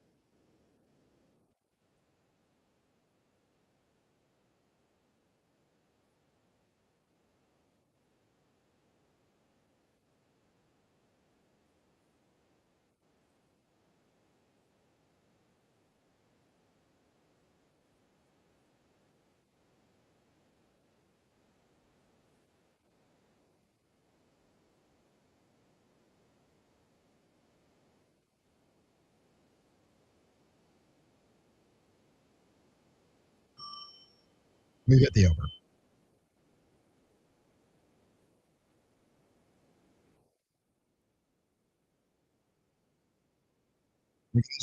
Oh, just barely over. Just barely. Barely. Come on, Mike. 4 minutes. Let's go. And Nick, you are, let's see.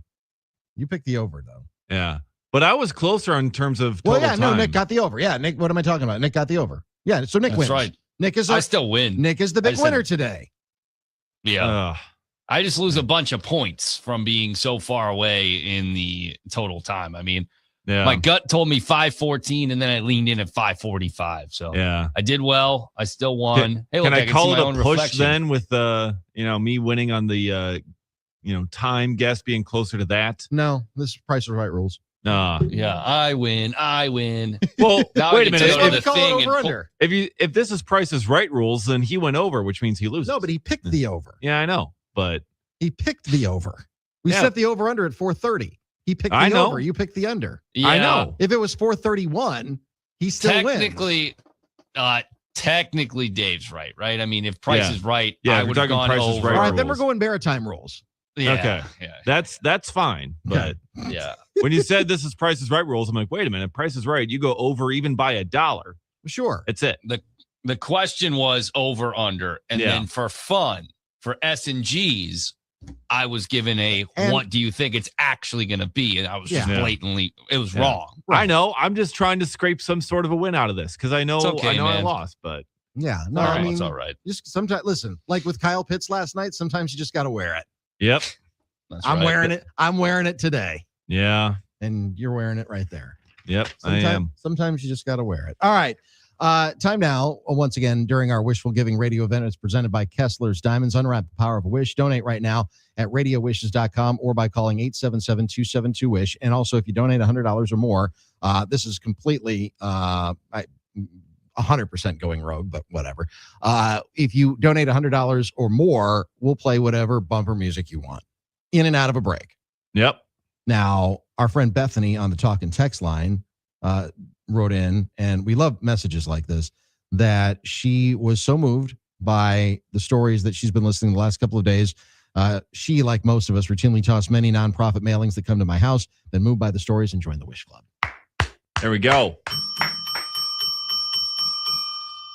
We love to hear that. We love to hear that. Time now to hear another story from our friend Dave Michaels down the hallway. He tells us the story today of Logan and Melissa.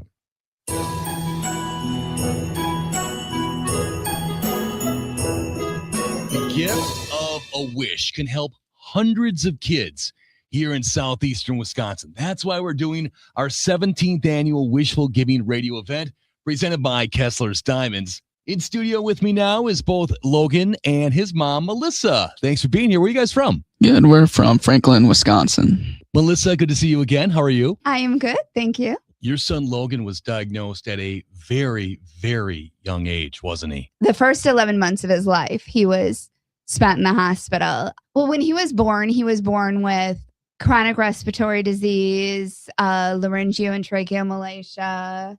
It was just one thing after another when he was born. He started out as a twin. We lost his twin. And then December of 2009, we found out that he had a brain abnormality. And in April of 2010, he had his first brain surgery. And after the surgery, he contracted MRSA around his brain. And we were told that he was probably not going to make it through that. And his neurosurgeon, his neurologist, put in for a Make-A-Wish for him. So what was your wish, Logan? I went to my favorite theme park, Walt Disney World. Melissa, you're watching your son with a smile on his face. It was awesome. It was awesome. And my other kids too. Sure. And that's just the thing, is the Make-A-Wish was for Logan, but it was also for my other kids. Because when he was getting his treatment, we were up at the Mayo Clinic in Rochester, Minnesota. So I was with him and I did not leave Logan's side. And my other kids essentially didn't have a mom for over a year.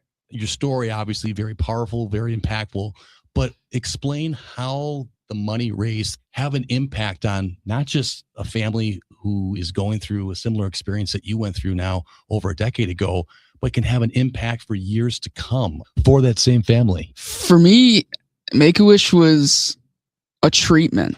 It was a time where I could finally be a kid again. I didn't really have to worry about when my next procedure was, when the next time I'm going to get a shot is, like anything along the lines of that. I got to be with my family and be the kid that I've always wanted to be. It brought us all back together again. And he got to be a kid.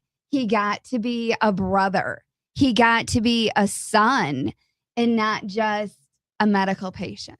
And none of that would be possible without, like I said, the generosity of so many people. We are a very giving community. There's no better organization than Make-A-Wish Wisconsin to give this holiday season. That's exactly what you can do during our Wishful Giving Radio event here, radiowishes.com, radiowishes.com, or call 877-272-WISH. Good to see you guys. Merry Christmas. Merry Christmas. Thank you. All right. Thanks, Dave. Thank you for telling us the story of Logan and his mom, Melissa. Again, unwrap the power of a wish. Become a Wish Club or Diamond Club member now at radiowishes.com or call 877-272-WISH. Is this the song that they requested? No, we're playing it in and out of the next segment. break. Okay. Yeah. So we will play In and Out with Matt LePay. Yeah. Who's scheduled to join us coming up straight ahead. He is the voice of the Badgers. Football season, of course, is wrapped up, but yeah, he got to have a front row seat on Wednesday night. Yeah. Tuesday night? Wednesday night. Yeah. Right. It was garbage night. That's how I remembered. Ah, yes. Oh, that plays a garbage game. Well, listen, that's how I should remember, because it was garbage night at my house. It was garbage night. And it was garbage night in Lincoln. Yep. Because that was not a great game. Matt LePay coming up straight ahead. Stay with us. It's D.N.D. on the game.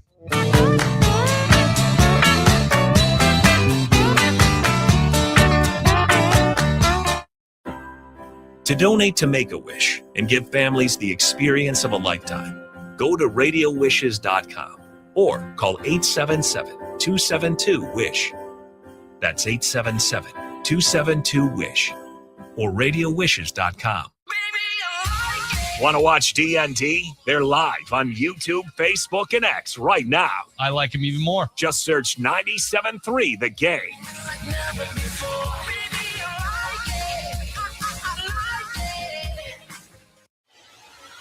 Coming off the win over the Bears, the Packers are preparing for a tough road test in Denver against the Broncos on Sunday. They do a great job. Vance does a hell of a job putting his guys in position, and there's just not really a weak link out there. When you look at their front, their backers, their back end, they've got players across the board. I mean, the sack numbers are pretty crazy. Their run defense is pretty crazy. We're giving you everything you need to know before Sunday's tilt all day on the game.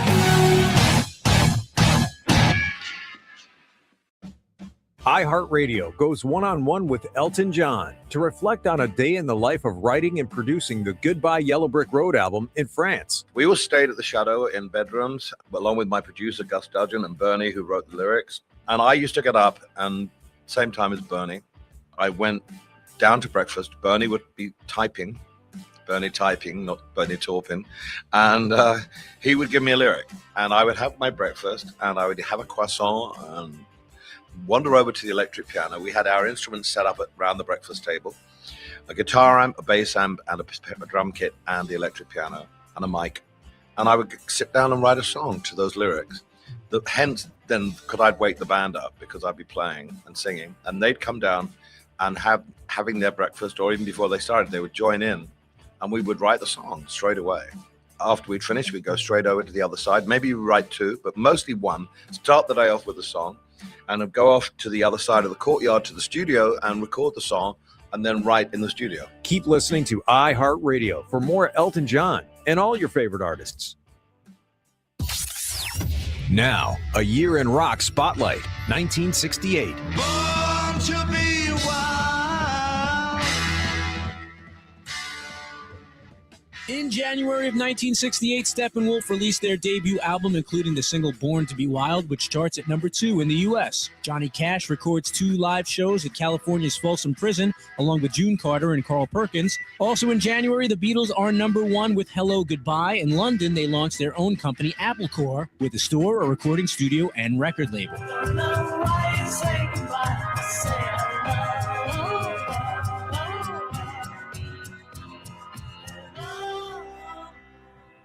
February of 68, Pink Floyd lead singer Syd Barrett is checked into a psychiatric hospital and the band replaces him with David Gilmour. The Beatles, Donovan, Mia Farrow, and others travel to India to study transcendental meditation with Maharishi Mahesh Yogi. And Bill Graham opens the Fillmore East concert venue in an abandoned New York City theater.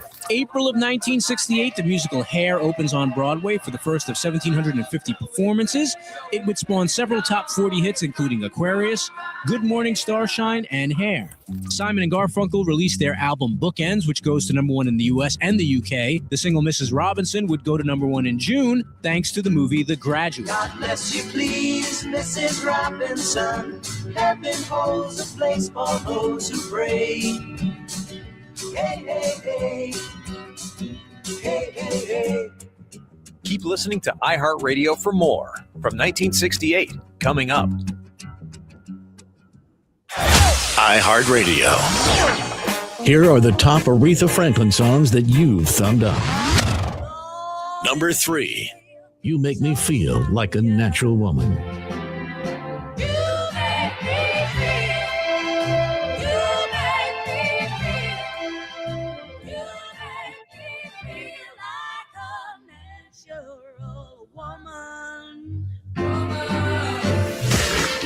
Number 2. Freeway of Love.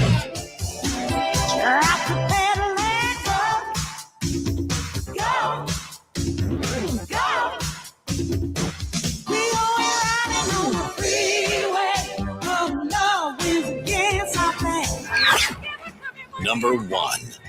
Respect.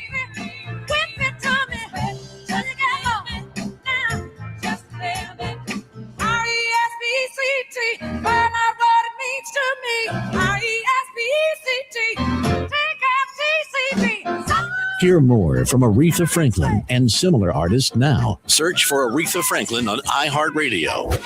All your favorite music, all your favorite stations, all free.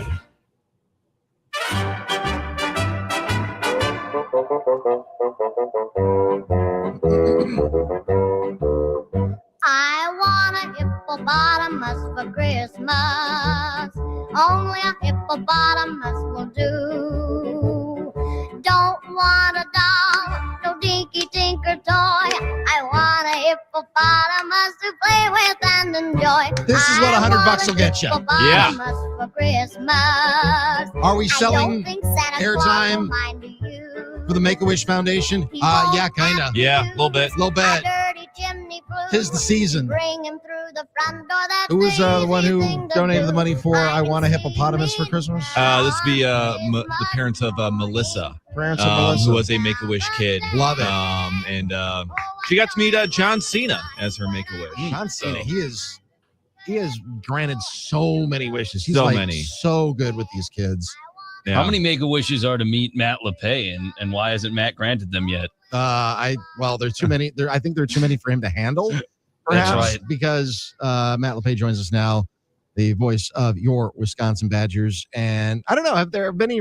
I haven't had any radio nerds that have asked me for any of that. But then again, I'm not Matt LePay. I'm not the voice of the Badgers. Has anybody ever made it their desire to sit next to you while you're calling a game? Yeah, because they want me to take the picture with Butchie. So I'll be the photographer. That's So right. the answer to your question is yes. Okay, I have duties. love it. Okay, so for all of the Badgers men's basketball games that you called, Wednesdays was certainly one of them. What happened? I mean, they were playing pretty decent ball halfway through the first half, and then, man, they went as ice cold as the weather is right now. Yeah, I've seen a few of those over the years, either for them or to them. The bottom line was they didn't guard anybody. You know, we were talking with Greg Gard after the game, so we could talk about John Blackwell going 1 for 11 and the 7 for 32 from 3. but it's the other end of the floor that had him pretty ticked off after the game in his chat with us, and certainly in his media session with everybody else after the game. I mean, they couldn't guard a chair in that game, and Nebraska was able to absolutely tee off on them. And I've seen the movie. We've seen Wisconsin do this to guys where even players who can't shoot threes all of a sudden can. One of their bigs, Berka Büyüktüncel, the junior from Turkey, was 2 for 20 from three coming into the game. He was 2 for 2 on Wednesday night. But I felt like during the course of the night, I was talking about uncontested layups and ones. In other words, they were being contested a little too late. And Nebraska just got what it wanted, when it wanted. And it was just one of those, whatever could go wrong did. And it was just a bad night for this team. And I think what really bothers Greg is this team has just not consistently been good defensively. There have been games, yes, but they just haven't been able to string them together. And when you play better teams, and this is hard, I know Nebraska isn't known as a basketball school, but they're pretty good this year. They've got a lot of talent. And when you're off, you're not guarding people, a team like Nebraska will carve you up. And that's what happened Wednesday. Over the last couple of years, I think that the fans' perspective of the identity of the program has shifted, right? I mean, it was forever you recognized Wisconsin as a tough match. If you were coming into to the Kohl Center or they were coming to your house, you were in for a battle. They were going to really challenge you defensively. Last couple of years, prolific offense, and defensively, they've been fine. They've been good. I mean, there's a reason why they won as many games as they had, but it's kind of gone to the back seat. With Greg Gard, it's never gone to the back seat. So how does he get this team right? The toughness seems to be in question right now. I'd hope the players respond moving forward. Yeah, I think the challenge is it's because you work the transfer portal, that doesn't always mean you're going to be great. If you don't work the transfer portal, you'll have challenges, as Shaka Smart's team is going through right now. I think with Wisconsin through the years, if it was Dick Bennett, Bo Ryan, and now Greg Gard, when you're new to the program, it's the defensive end of the floor that you're kind of playing catch up as a player. You have your offensive skill set, but the demands defensively are pretty extensive, and that hasn't changed. As much as this offense has evolved, you want to play with more pace. They're obviously scoring at a much better clip, but yet, to me, the elite teams in college basketball, and this isn't new, the elite teams can win in different ways. And we haven't seen this Wisconsin team yet show an ability to win a game 62-59. When that was a regular occurrence for the longest time with Wisconsin basketball. We know the Badgers can score, even though they only scored 60 points the other night. That's been an outlier. But it's the inability when the shot isn't falling. Can you turn the game into more of that grinder type of a night? And they haven't shown it yet. So you want to see, is this month of December, they got 3 games left in December, and as you move forward, can this team gel at that end of the floor and at least be solid? At least be solid at the defensive end, because if you're that, you'll have a really good year because of the firepower that you have at the offensive end of the floor.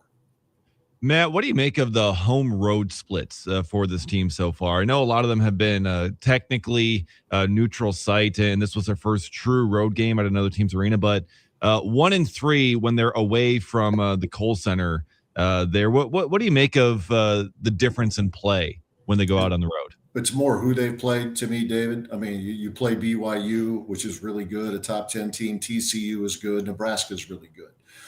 It's undefeated. And right, whatever worth you want to put on rankings, Nebraska is a top 25 team right now, and Wisconsin is not. And that was the case going into the game. So it's more that. I mean, Wisconsin is 0-2 versus quad 1, 1-1 versus quad 2. So the wins have been quad 3, quad 4. So they still have to prove to themselves that they can match up and you can hang with the best teams. They haven't had many chances with that yet, but they're going to get a lot of chances moving forward. So that's the biggest thing. It's interesting because I saw a post from, it's called the Field of 68. It's a social media site, and then it's a podcast. Jeff Goodman and other national media folks do this in college basketball. Kentucky against quad 1's 0-4. St. John's quad 1, 0-3. Oregon 0-4 versus quad 1, quad 2. And these are some of these programs that have brought in the transfers. St. John, certainly we know how good that program was under Rick Pitino last year. It's just a matter, I think, some programs, just with the players you bring in, it could take longer for everybody to gel. I don't think, and Butchie pointed this out, I don't think it's a talent issue. It's just a matter, can you gel? If some teams maybe take a little longer offensively, some teams a little longer defensively. I think we know where Wisconsin falls there. Now can all these guys come together and just play solid defense when you're up against the better teams on your schedule? Like I said, they're going to get a lot of chances to see where they are moving forward. I get the sense, and this may sound like a pejorative term, I certainly don't mean it as such, but I get the sense that Greg Gard is what I would term a gym rat coach. And gym rat coaches love nothing more than practice. There's 9 days in between the Nebraska game and when they play Villanova at Fiserv Forum in Milwaukee. What do you think those practices in those 9 days are going to look like for Greg Gard as he tries to kind of turn this defense around? He wants to find 5 guys who will defend. And he dropped hints. They're going to take a look and see. They made one lineup tweak with Alexis Bielauskas stepping in for Austin Rapp here in the last 3 games, and I would think there's going to be a very strong defensive emphasis. And at the other end of the floor, the fact that they took 32 threes, I don't think that's a problem, the number itself. Half of their shots were threes. That's what they've been doing. In fact, a little more than half of their shots have been threes going into the Nebraska game. It's the quality of those shots. Are they in rhythm? Are you going in? Are you touching the paint? Are you spraying it out? Are you squared up? Or is it just, as Butchie would say, you're killing grass, dribble, and then just go launch as the shot clock is winding down? There were probably too many of those non-rhythm threes, but the actual number, I don't think that number alone bothers Greg. It's how you get to those shots. But first and foremost, they know that they've got to get a lot better defensively. And if that means you got to change the lineup a little bit, then so be it. It'll be interesting to me if they do that, because you have some pretty talented dudes in that starting 5. But these practices will be really, really important in the midst of final exams and all that other fun stuff. But these are really important practices between now and when they play Villanova next Friday night. Matt, to transition to a greater Big Ten conversation, Sharon Moore out at Michigan. We're not going to dig into ultimately the rationale and the reasons to why he's gone, but does Michigan innately just have the ability to rebound from it like a program like maybe Michigan State wouldn't be able to? Like, Michigan's got the pedigree, the players want to be there anyway. I feel like that would sink a team. Like if it happened at Indiana, I think Michigan's probably going to be okay regardless. What do you say? I agree with you. The story will probably get worse before it gets better as this whole thing advances. Yep. But in the long run, because it's Michigan, I think Michigan will be fine. I was telling Billy and Armin this yesterday. Now, the circumstances were dramatically different, but when Ohio State made a coaching change, when Jim Tressel parted ways with Ohio State, that was the spring of 2011. Then Luke Fickell was the interim, and that program, relatively speaking, that was kind of a hot mess because a beloved coach, national championship coach, and Jim Tressel, he leaves, and they spin their wheels for 1 year. I, guilty, and others also guilty in the market was saying, "Boy, here's a chance. You go pounce on Ohio State now. They're going to be struggling here for the foreseeable future." And then here comes Urban Meyer, and they basically slapped the crap out of the Big Ten for the rest of the decade. So I think there's the obvious. I mean, this is a sad situation, at least based on what has been reported so far. You think certainly of the family, and not just Sharon Moore's family, the family of the staff, because when new coaches come in, new coaches are going to bring in a lot of new people. So you have a lot of folks who are going to be affected by this with the Michigan program, a lot of folks who are there now. But the program itself, the brand is so big. From a football perspective, they'll be fine. It is sordid, it is messy, but it is kind of what it is. It's the human condition, if you will. He is the Hall of Fame voice of your Wisconsin Badgers, Matt LePay, joining us here on D.N.D. You've got a weekend off. What's that all about? Ooh, got some holiday gatherings coming up tonight, tomorrow, and Very nice. all little holiday cheers. So that'll be good. Get away from the Badgers for a couple days. I'm good with that.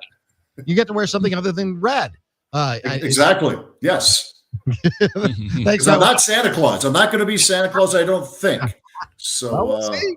You got the white hair on top. You just have to grow the beard. Yeah, I guess I may be speaking too soon there. So Thanks, Matt. We'll talk to you next week. All right, guys. Take care. All right, there he goes. The Hall of Fame voice of your Wisconsin Badgers, Matt LePay, the voice of the Badgers with the weekend off. As it is, some holiday cheer. Let's give you some holiday cheer on the way out. Hour number 3 coming up. There's lots of room for him in our 2-car garage. I'd feed him there and wash him there and give him his massage. I can see me now on Christmas morning creeping down the stairs. Oh, what Donate right now to Make-A-Wish during our Wishful Giving Radio Event, presented by Kessler's Diamonds. Go to radiowishes.com or call 877-272-WISH. That's 877-272-WISH or radiowishes.com. Want to watch D.N.D? They're live on YouTube, Facebook, and X right now. There you go. There we go. Just search 97.3 The Game. Now, a year in rock spotlight, 1969. In May of 69, Neil Young releases his first album with Crazy Horse, Everyone Knows This Is Nowhere, featuring the songs Cinnamon Girl and Down by the River. The Who released the double concept album Tommy, which goes top 10 in the US and the UK. He brought my favorite table, he can't beat my best. His disciples leading him, and he just does the rest. Stop crazy, flipping fingers, never seen him fall. That kept on the blind kid, sure plays a mean pinball. David Bowie's single Space Oddity, released to coincide with the Apollo 11 moon landing, reaches number 5 in the UK. Also in July, Bob Dylan has a top 10 hit with Lay Lady Lay in his new, deeper-sounding vocal style, which he attributes to quitting smoking. Whatever colors you have in your mind, I show them to you, and you see them shine. Lay, lady, lay, lay across my big brass bed. Blood, Sweat, and Tears have a number 2 hit with Spinning Wheel, popularizing the so-called brass rock movement that includes BST, Chicago, and Electric Flag. Drop all your troubles by the riverside. Catch a painted pony on the spinning wheel ride. Keep listening to iHeartRadio for more from 1969. Coming up. Now, a year in rock spotlight, 1969. In May of 69, Neil Young releases his first album with Crazy Horse, Everyone Knows This Is Nowhere, featuring the songs Cinnamon Girl and Down by the River. The Who released the double concept album Tommy, which goes top 10 in the US and the UK. He brought my favorite table, he can't beat my best. His disciples leading him, and he just does the rest. Stop crazy, flipping fingers, never seen him fall. That kept on the blind kid, sure plays a mean pinball. David Bowie's single Space Oddity, released to coincide with the Apollo 11 moon landing, reaches number 5 in the UK. Also in July, Bob Dylan has a top 10 hit with Lay Lady Lay in his new, deeper-sounding vocal style, which he attributes to quitting smoking. Whatever colors you have in your mind, I show them to you, and you see them shine. Lay, lady, lay, lay across my big brass bed. Blood, Sweat, and Tears have a number 2 hit with Spinning Wheel, popularizing the so-called brass rock movement that includes BST, Chicago, and Electric Flag. Drop all your troubles by the riverside. Catch a painted pony on the spinning wheel ride. Keep listening to iHeartRadio for more from 1969. Coming up. Now, a year in rock spotlight, 1975. In September, the Isley Brothers have a number 1 album, The Heat Is On, driven by the number 4 single, Fight the Power. Alive is a 2-record live album that goes to number 9 for Kiss. They released the single Rock and Roll All Night, which goes to number 12.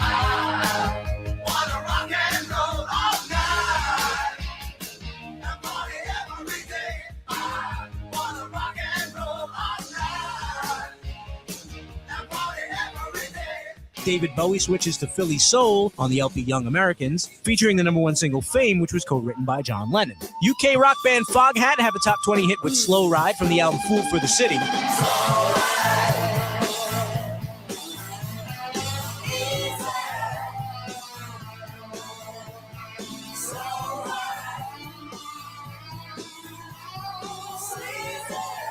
In October of 75, Pink Floyd released their follow-up to Dark Side of the Moon. Wish You Were Here goes to #1 in the US and the UK. What have we found? Same old fears. Wish you were here. Keep listening to iHeartRadio for more from 1975. Coming up. iHeartRadio soundtrack flashback. Deep down, we're all Ducky. Pretty in Pink in 1986, another teen classic, had a huge soundtrack full of hits that we now call alternative. The biggest of all, If You Leave by Orchestral Maneuvers in the Dark. I touch you once, I touch you twice. I won't let go at any price. For more great movie soundtrack hits, check out Popcorn Radio on the iHeartRadio app. Your attention, please. We are the gang and the home of D.N.D. with Doug, Nick, and Dave. Weekdays from 10 to 2, live 24/7 on the iHeartRadio app. Watch the show on YouTube, Facebook, and X by searching 97.3 The Gang. He's very knowledgeable, very intelligent guy, very personable guy. Here's Dave Gasper. The Milwaukee Bucks are celebrating a win today. They won over the Celtics last night, 116-101, which made for a very happy Doc Rivers. I thought the spacing was perfect tonight. One of the things we talked to you guys about going into break was correcting our spacing. I thought we had room tonight. Guys wasn't in the wrong spots. When a guard drove, he knew where the other guy was at. I thought we played a very organized basketball game tonight. About time they played an organized basketball game. Okay, so I know these are professional athletes, and you can't always judge one game, as opposed to the next because there is the human element. But if you know what's correctable, and then you go out and correct it, why can't you play every game with that same fundamental principle? How do you get away from that? I mean, I'm not talking about missed shots. Missed shots are going to happen, right? Yeah. Other teams are going to be better than you. That's going to happen. That's part of the game. But as far as like the spacing, as far as the game plan, why does it fluctuate seemingly so much with this team? You know what needs to be corrected. You see the results when you do correct it. So why can't you just play that way every game? Yeah, it's a great point. I mean, it should be kind of a consistent thing. It's not like the fundamentals of basketball really change that much, from game to game. So, yeah, once you get it embedded in them, you get it doing one game. It's like, okay, let's keep doing that, keep that a focus, and haven't been able to, but they were able to do it last night, which is the important part for a 15-point win over. They're not even at the G League level playing fundamental basketball. Like I just saw a snapshot of a game last night in regulation. It was 174-146. The Rip City Remix lost. The G League teams they're not even playing defense.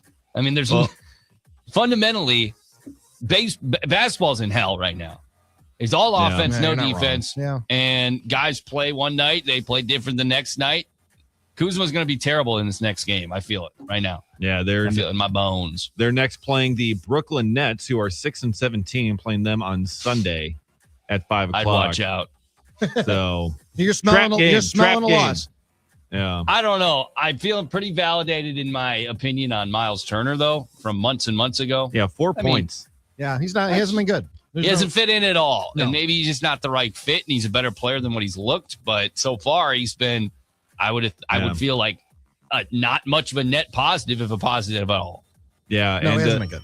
Yeah, and being much better than he's looked for the majority of his career was Kyle Pitts last night. 5 targets, 5 catches, 93 yards. Cousins going that way again. He's got it. Touchdown. What a night for Kyle Pitts. What a night for him. Wow. Tough night to have him on your bench. Yeah, I still have my roster though. So yeah, watch out if I get past you. Yeah. Watch out. Watch out to the rest of the league. Yeah, But, I still have my to whole watch out roster for to him. go. No, you don't have to watch out for him, but you might be eliminated next week, though, too. Maybe. It's possible. But who's to say? But if I get past you, then I got bragging rights at least. Sure, but you don't have Kyle Pitts. That's true. I do not. But On your instead I have starting Brock lineup or on your Bowers. bench? I'm fine with Brock Bowers. He's been good. All right. Yeah, he's a great player. Yeah, but the Atlanta Falcons, they get the win on Thursday Night Football, 29-28 over the Buccaneers, who now slipped to second place in the NFC South. Meanwhile, in Major League Baseball, we're seeing an extension for Maikel Garcia, but the Kansas City Royals gets a 5-year deal. We also have Jeff Passan reporting that Stephen Vogt has received a contract extension with the Cleveland Guardians, but Pat Murphy has not yet received one. Well, they have similar resumes now, don't they? Yeah. Yeah. Yeah, they Trouble both in Paradise? I mean, they both won back-to-back Manager of the Year awards. Yep. And very quietly. I mean, the Brewers like to do it, quietly when it comes to coaches' Is contracts. Murph on the and outs with the Brewers? No, I'm kidding. Yeah, That's what I was saying, right? I don't think that's the case, but yeah, it's kind of curious that they haven't gotten that done quite yet. Murphy hasn't gotten one, but Stephen Vogt has. I mean, both got 3-year deals when they started as managers, first-time managers, and they both win back-to-back Manager of the Year. Okay. Cleveland's like, okay, Stephen Vogt, we'll sign you to an extension. The Brewers haven't done it yet. Trying to think of puns for the Murphy name. Future looking a little Murphy in Milwaukee instead of murky. I mean, no, I don't like that at all. No, it's not. No. Things looking Not a your little best. Yeah, I like I said, I didn't say I had one. I said I'm thinking of them. Yeah.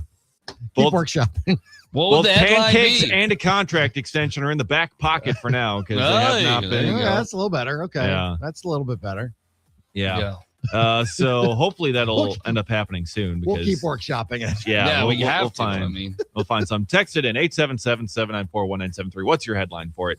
Also, Sharon Moore has been officially charged now. He had his arraignment in court today. He's been charged with third-degree felony home invasion, misdemeanor stalking, and misdemeanor breaking and entering. What's stunning to me is that it took this long to get all this out into the light, because the more I read about this and the more I hear about this, this was the worst kept secret in Ann Arbor, Michigan. Yeah. Legitimately, it feels like everyone knew.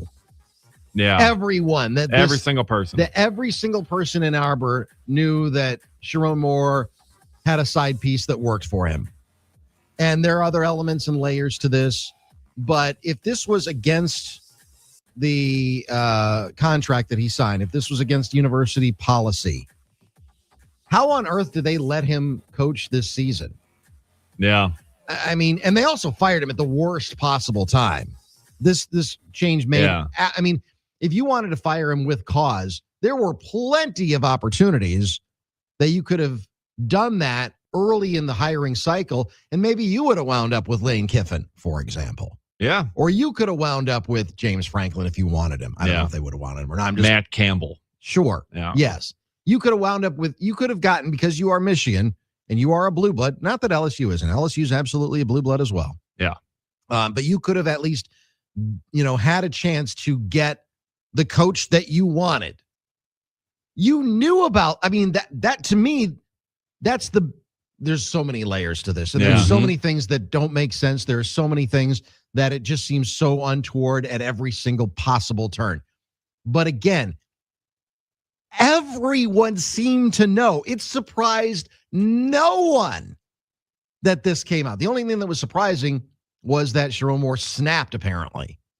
Yeah. I mean, that's kind of the part where it all really falls apart from him. It's one thing, to see him fired, but then when it's like, oh, he gets arrested, because everything kind of crumbles out around him. I mean, it just made it so much worse. I mean, a week ago, according to Nicole Auerbach, the NBC Sports lead college football insider, the prosecutor says that Sharon Moore and the woman had an intimate relationship for a number of years. Quote, our victim broke up with the defendant on Monday morning. She presented herself to the school and corroborated the fact they had a relationship. Good work. So there you go. They break it off, or she breaks it off, and then she goes to the school and tells them, hey, here's all the evidence of everything that's happening. You probably heard rumors. Here's everything. with it. Yeah. So we when didn't need confronted the with new that- photos. Jeez. Well, here's everything. Probably didn't. I didn't need everything. Probably I didn't just- need. I don't know if she handed over everything. Yeah. Now there was a report, and again, all it was a report was that she was pregnant. Is there any evidence of that, or is that just a rumor that kind of caught fire? Or do we not know? I'm not entirely sure. Oh, there's a mugshot of him sitting at Yeah, picture a of him week sitting in ago, a chair. But, Sharon yeah. Moore was the head coach at the University of Michigan. Now was he's in as hot- handcuffs. I mean, now he's in a jumpsuit. Yeah. Yeah, it's tough. I'm not sure. I mean, I did see the report that, Plan B was DoorDashed to the house, and the That doesn't DoorDash mean that you're kind of pregnant. raised It it just up. means that you Yeah. it means you forgot a I'm condom not that sure on all of those details. Nicole Auerbach also adding here that the prosecutor has said that Sharon Moore went to the woman's house, grabbed butter knives and kitchen scissors, and threatened to kill himself. With a and butter then, knife? Yeah, that's interesting. right. It's gonna take a while, first but one I'm he gonna could do find. And threatened her that my blood is on your hands. Wow. Really? Okay. Yeah, that's the Probably not with a quote. butter knife. Yeah, it's might take a little bit, but Probably he brought his butter knife and his safety scissors and he Yeah. started to friction burn himself. You don't know what's going on beneath the surface, and you know that being the head football coach at any of these blue blood programs, it's a pressure cooker. But man, when you snap like that, and if you're Sharon Moore, at least at some point you got to do the honorable thing. And if you're going to be in a relationship with somebody else, be in that relationship with somebody else, and at least give your family that you've created a little bit of dignity on the way out. If you're going to divorce your wife, listen, I don't condone what he did or anything like that, but people get divorced all the time for all kinds of different reasons. Yeah. Lane Kiffin was. Yeah, his wife's gonna make out like a bandit in that divorce, though. She should. Yeah. So did Layla Kiffin. Now, did they get back together? Did Layla Kiffin and Lane Kiffin get back together? I don't know. I don't know that either. But I know that they divorced because Lane, he was kind of whoring himself around too. So Ex-wife did not get back together. okay. So yeah, I mean, these coaches feel like they are, because they're treated like kings of campus. And oftentimes they take advantage of that. But at least give your family, listen, even if you don't like your wife, which, you made 3 kids with them, but at least with your kids, give them just some dignity, because they've got none right now. And it's all your fault. You did all of this. If you're going to divorce their mom, give her a good settlement, take care of your kids on the way out. But just this embarrassment, my God. Yeah. It's almost like the people who do this aren't like thinking clearly. Yeah. Well, Yeah. Clearly not. Clearly, yes. So, yeah, it's as Matt LePay intimated last segment, it's going to get worse before it gets better. Going to get This far whole worse story. before. Yeah, absolutely. But these are things that are piling up right now at Michigan. But don't worry, Adam Schefter, Michigan grad, has told us we haven't yet heard Sharon Moore's side of the story. Can't wait for this. Yeah, that'll be something. Yeah, I mean, it's. We haven't yet heard from Sharon Moore. That's because he's in a jail cell. Yeah, it's because he's in handcuffs and he can't speak right now because. So, did you not break into this woman's house? Did you not stalk her? Did you not threaten to kill her and yourself with a butter knife? So all of that's true. All right, I have the information that I need. I don't need to know anymore. Have we heard from Sharon Moore? No, I don't know that anybody has. Yeah. Maybe his lawyer has. His lawyer has. Yeah. Yeah. Probably a The not guilty plea. I do have an update on Layla Kiffin and Lane. They may have reconciled their Okay, I relationship. thought I heard that. So Lane says he found God. There is in hope, Oxford. Sharon. 9 years from now, you and your wife, mother of your 3 children, can potentially reconcile your relationship. If she wants that. Yeah. I mean, I'd imagine she would. What's Sharon Moore's life going to be like? Because at least with Lane Kiffin, and I'm not, again, excusing any of the things that he's alleged to do. As far as I know, he's never been arrested for stalking or threatening to kill someone. That's a good call. Yeah, as far as I know. Yeah. As far as I know. Yeah, I haven't quite C-capped him, but yeah. Right. I don't know that they have that. I know they have that in Wisconsin, but I don't know if they have that everywhere nationally. else. Yeah. So I don't know. If you ever listen, if you're ever curious about somebody in Wisconsin, just go right ahead and let your fingers do the walking through the old C-cap. It'll tell you all you need to know. Oh yeah. So it's going to be quite the C-cap for Sharon Moore once this all gets finalized. I mean, it's like I said, it's just so messy. And, you wonder what his future employment is ever going to look like, because I have to think, I mean, how much was he making as head coach in Michigan? It was like $6 million. Okay. I think he's never going to make anything close to that ever again. Once all this, the legal troubles and whatnot are over for him, and if he tries to get back into coaching, I mean, he may end up kind of like Art Briles, where it's just kind of like exiled completely. No one's going to hire you. Or then maybe someone comes close to hiring you, then the public pressure is just going to be like, no. But I think Art Briles just landed at like a D2 school. Yeah, that's the future. But for it took Sharon him, Moore. 10 years? Yeah, that's the future for Sharon Moore. I think he's going to get another job. It's not going to ever be a head coach at an FBS school. No. But it might he's be got to go Division D2. Yeah. Division 2, Division 3, something like that. You go from making $6 million a year to now nothing because he's being fired with cause, all because he couldn't keep it in his pants. Yep. Hope it was worth it. It probably wasn't. I can't imagine that it was. Yeah. Yeah. So he was making a base of $500,000 to $550,000 annually, but his additional compensation, public appearances, radio shows, etc. That's all rounded baked it in, up though, too, well yeah. past $5 million. Yeah. Yeah. But if Okay. you're- Yeah. He's getting $500,000 in base salary and then $500,000 for a radio hit each week. Okay. Well, it helps him. He was getting additional compensation for off-field duties. So maybe he was being compensated for his relationship. Well, that I do not sounds know like where this prostitution. money comes from. Well, and Yeah. maybe Okay, he can we can have make that prostitution money of the again. charges for him then? He's going to become very famous now. I mean, if he wasn't already famous, he's more famous now. Or he's more infamous. non-football fans. Yeah, but he's infamous. Yeah, but he can Yeah. turn that into money once he gets out of the, wherever he is. He probably won't have to serve time. My guess is he won't have to. Probably serve time. not. He'll probably, probation, things like Yeah. that. But, to his reputation and to, his future job prospects, it's not great. And I go back to, though, if you're Michigan and you knew, because this was, again, the worst kept secret, and there have been lawyers, according to some of the reports that I've been seeing, there have been lawyers that have been all through the athletic department since summertime. You could have done this months ago and gotten ahead of everyone when it came to searching for your next head coach.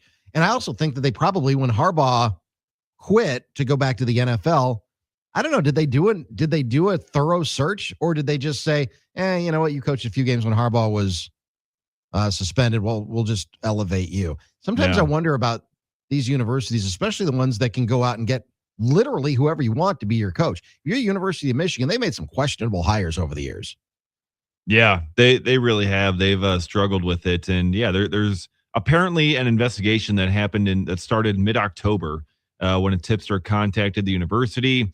The open investigation found no evidence to confirm the tip. Both Moore and the woman involved denied the relationship. Still, the university decided to hire an outside law firm to dig further into the matter. You know what you hire? You hire a PI. Yeah. Do I have to do all the work for them? Yeah. Have you guys not seen a TV show They at were all? well aware. They were just getting through the season. Why, though? It doesn't make any sense with all the coaches that have been fired this year in college football. If you're Michigan, wouldn't you want to get ahead of the game? Yeah. Well, maybe if you're going to do it anyway. Well, they knew she wasn't going to do anything about it, and they could get away with it again next year. And then she ultimately broke it off and reported it, and then they had to. it. But was Right. Sharon Moore that good of a coach that you needed to keep him?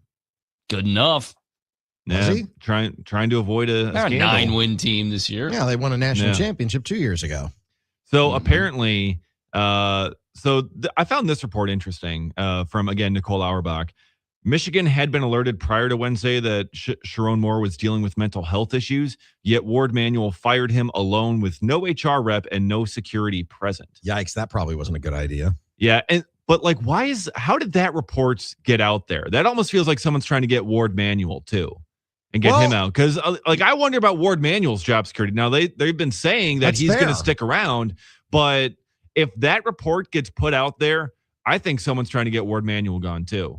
Maybe because the way that this is handled has been just an absolute cluster, you know what? Oh, absolutely. So Ward Manuel, how do you fire someone without HR in the room? Yeah. Or secure? Have you seen Sharon Moore? The guy's built like a brick He's a larger gentleman than average, right? And clearly with mental health issues. Clearly a little bit unstable and maybe violent. Yeah. I wouldn't do that if I was him. We do have some breaking TJ Watt news. JJ Watt, I hope all is well with him. TJ Watt has now undergone surgery yesterday. That is to repair a partially collapsed lung suffered Wednesday. JJ Watt reports it. Well, I mean, he would know. Yeah. I think he might know. I think his sources are good. I also think chances that TJ's are season is over. Well, they haven't ruled him out for Monday. He is unlikely to play Monday night against the Dolphins. Put it this way. If he comes back and plays at all after having surgery for a collapsed lung, team doctor should be fired. Well, yeah, maybe. Well, how did it happen, right? It's yet to be ultimately unveiled. Surgery for a collapsed lung. Listen, I'm no doctor. That seems like major surgery. Yeah. The lung is somewhat important biologically. Yeah. Last I checked, the lung is kind of important. I mean, but I hate to be that guy. You do have he has not been the same guy this season. And if there's a way for the Steelers financially to get out of that contract, I hate to be that guy, but I'm going to go ahead and be that guy. I'm not going to be that guy, but I mean, it wouldn't be all bad. Love TJ, incredible career, Hall of Famer, outstanding Badger. You can't give him any more praise. But like from a football perspective, it's a business. Yeah. I would love to see him come back better than ever. It depends on what was guaranteed to him in the signing bonus. And a lot of times those signing bonuses, they're paying you for what's still to come. But more often than not, when it's that big of a number and you've got, like you said, and you pointed out all the accolades, you're paying him for past performance. Dry needling treatment session. He punctured lung.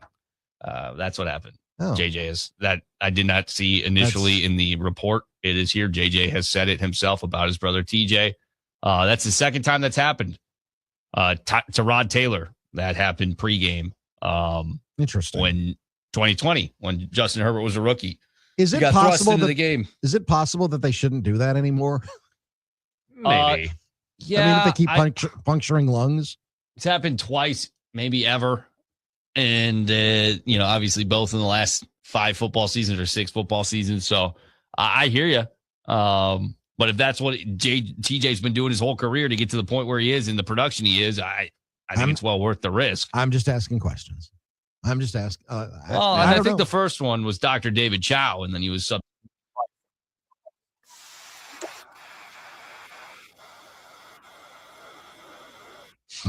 Yeah, about a nickel for every time someone got their lung punctured by this dry needling thing. I'd have 2 nickels. What do they say? Isn't a lot. Fool me once, shame on me. Shame on you. Fool me twice, shame on me. Exactly. Yeah. Puncture a lung once, shame on you. Puncture a lung twice, shame on me. Yeah. Yeah. So I'm just not going to get those treatments and save my own lungs. I mean, that's the decision I'm going to get out of this. That's my lesson. But you, like TJ Watt, are an elite pass rusher. Totally. That's right. So, totally. And we both make the same kind of income. Absolutely. Totally. And worth every penny. All right. This is the Wishful Giving Radio Event presented by Kessler's Diamonds. Unwrap the power of a wish. Donate right now at radiowishes.com, or you can call 877-272-WISH. The number is on your screen. If you are watching us on the stream, on the video stream, if you're listening to us on the audio stream, it is an audio stream. So again, 877-272-WISH, or you can hit us up on the NicoletLaw.com talk and text line, 877-794-1973. We haven't really spun through much of the talk and text line today, but if you donate $100, I don't know why I said it at $100. I just said it at $100. Well, that's what the donation was for Melissa. Sure. I Want Hippopotamus for Christmas. There you go. If you have a song request, we will play it in and out of a break. $100 straight to the kids. I don't ever want to see the cash. That's for Make-A-Wish. That's for those guys. It's not. What if for they us. donate $1,000? What do they get? Then you can program the rest of this of the day, as far as bumper music. Program the rest. Oh, okay. You can bumper music. I got you. Yeah, you can program the rest of this shows if you donate $1,000. If you can verify that you donated $1,000, if you can verify that, show me a receipt. You can black out your, credit card information or whatever. But if you can pick the bumper music for the rest of the show. There we go. $1,000, you get 10 bumps. I didn't do the math, but that sounds about right. Sure. That sounds about right. We do have to take a bump right here, so it is a bump out, if you will. Boy, that came out wrong, didn't it? Whoa. That was. All right. I mean, speak for yourself. I think I'm Do we okay. need an extended commercial break? That was. I'm amped up. I'm good to go. I don't need anything. That did come out wrong. I will say that. So a little slip Hopefully of it the comes tongue. out right. Unwrap the power of a wish. Good grief. We are going to hear the story coming up next of Julie and Seth. Dave Michaels did an interview about another Make-A-Wish wish that came true as we continue on our Wishful Giving Radio event. It's presented by Kessler's Diamonds. Also, Forrest Doolin is going to join us once again in about 20-ish minutes or so. He's going to give us an update as far as where we're all at with all of this and give us some more stories of the Make-A-Wish Foundation and why it's so important that we do days like what we're doing right now. It is D.N.D, Doug, Nick, and Dave. Stay with us on the Game Radio Network. Ooh, girl, you're shining like a Fifth Avenue diamond, and they don't make you like they used to. You're never going out of style. This is the Wishful Giving Radio Event, presented by Kessler's Diamonds. Donate now at radiowishes.com or by calling 877-272-WISH. That's 877-272-WISH or radiowishes.com. You are listening to D.N.D. with Doug, Nick, and Dave. This pains me to say this, but Dave's right. Hey, why does that pain you to say? I'm right quite a bit, I think. Middays here on the Game. Packers, Broncos. Sunday at 3:25 in Denver. I mean, I wouldn't say that they have no weaknesses or holes. I mean, I definitely think that there's, plays to be made. I mean, your playmakers got to make plays. I mean, we got to be solid in our game plan. And, I think that there are some ways that we can go out there and make plays. We just got to, execute and take what they give us. Stay with D&D all day as Doug, Nick, and Dave preview every angle of the contest here on the Game.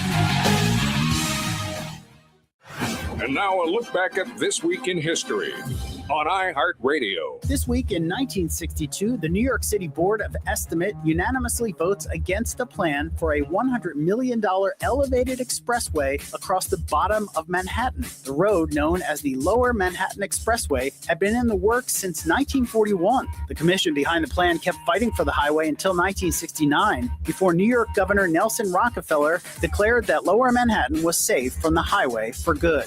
This week in 1977, Saturday Night Fever, a pop culture juggernaut, had its world premiere at Mann's Chinese Theater in L.A. The music complemented the action in Saturday Night Fever as perfectly as if it were written for the movie, even though most of it wasn't. In fact, other than Stayin' Alive and Night Fever, every song that appeared in Saturday Night Fever had been written, recorded, and in some cases released before the film ever went into production. This week in the year 2000, General Motors declares that it will begin to phase out the 103-year-old Oldsmobile, the oldest automotive brand in the U.S. Olds cars were the first to have decorative chrome trim and the first to have fully automatic transmissions. But a GM reorganization in the mid-1980s had drained the brand of most of its unique identity. And also this week in the year 2000, Republican George W. Bush claimed the presidency a day after the U.S. Supreme Court shut down further recounts of disputed ballots in Florida. Democrat Al Gore conceded, delivering a call for national unity. And that's what happened. Thanks for listening to This Week in History on iHeartRadio. Now, a year in rock spotlight, 1969.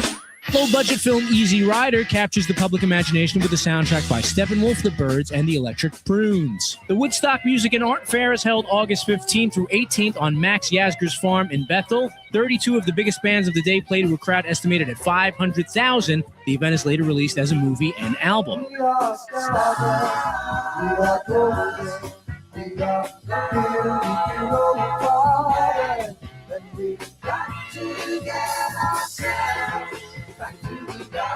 And with the boost from their appearance at Woodstock, San Francisco band Santana hits the top 10 with their debut album, Evil Ways.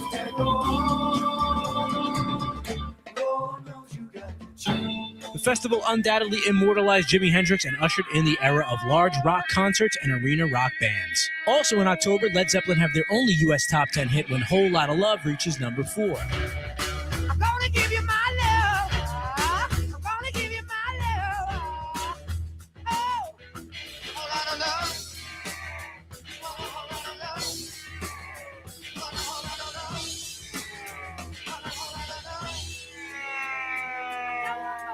The Allman Brothers Band released their debut album on Capricorn Records to good reviews but limited sales. And 7 years after his last number one, Elvis Presley tops the charts with Suspicious Minds.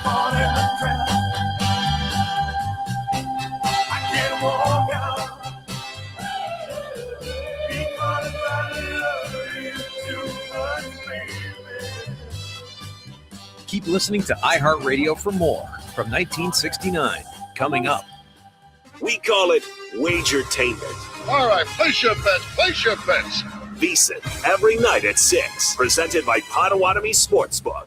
Bet above the rest on Fox Sports 920. iHeartRadio is the easy-to-use app for music and radio. Download the free iHeartRadio app today. iHeartRadio. Soundtrack. Flashback. Shaft hit theaters in 1971, and its soundtrack by Isaac Hayes grabbed a few Grammys and an Academy Award for Best Original Song, the theme from Shaft. Who's the black private dick that's a sexy machine to all the chicks? You're damn right. For more great movie soundtrack hits, check out Popcorn Radio on the iHeartRadio app.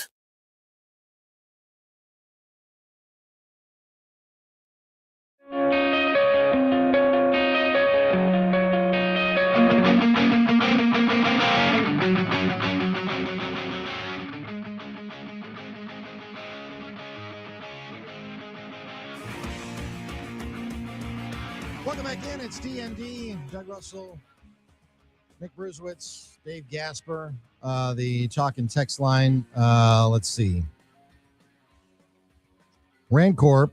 Where did it happen? Oh, I messed it. Come on, man. We're literally haven't heard his side of the story talking about Sharon Moore.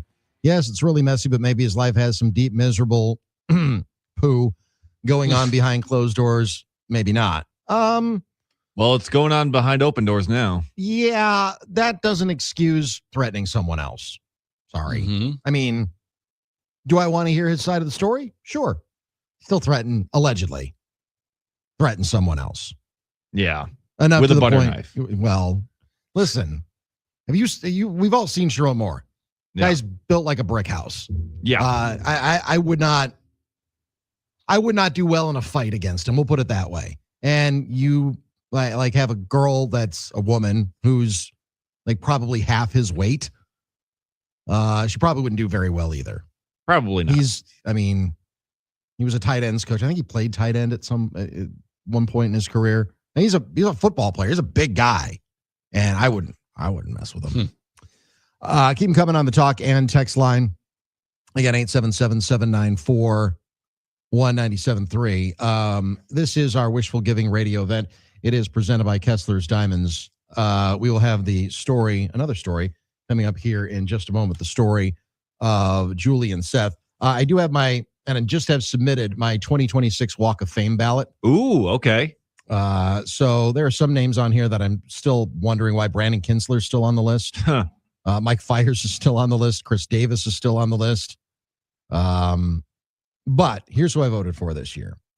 Okay. I voted for Ted Simmons. Okay. Yes, certainly deserving. Hall of Famer. Yep. 82 Brewers wouldn't have happened without him. Mm-hmm.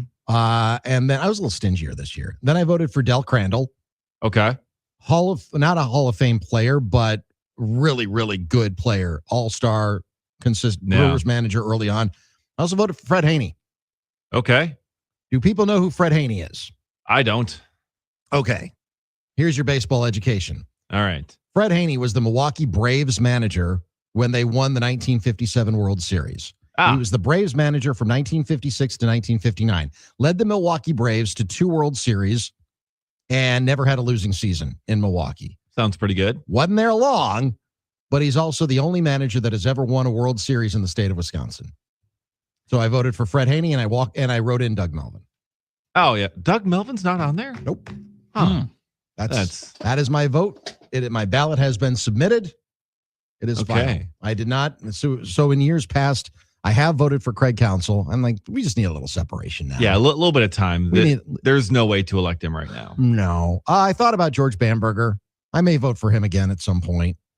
Pete Vukovich was on there. He had one really good year when he got a Cy Young Award that he didn't deserve because Jim Palmer had a better season. Mm-hmm.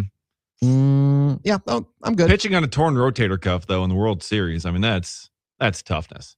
It is. But no, didn't get my vote this year. So Ted Simmons, Del Crandall, Fred Haney, and I wrote in Doug Melman. Those are my votes. Those, submitted, done, locked. I don't know what's taken Simmons so long to get in there. I don't know what took him so long to get into the Hall of Fame, but to get into the Brewers Walk of Fame, I mean, come on. Way overdue. Long overdue. All right.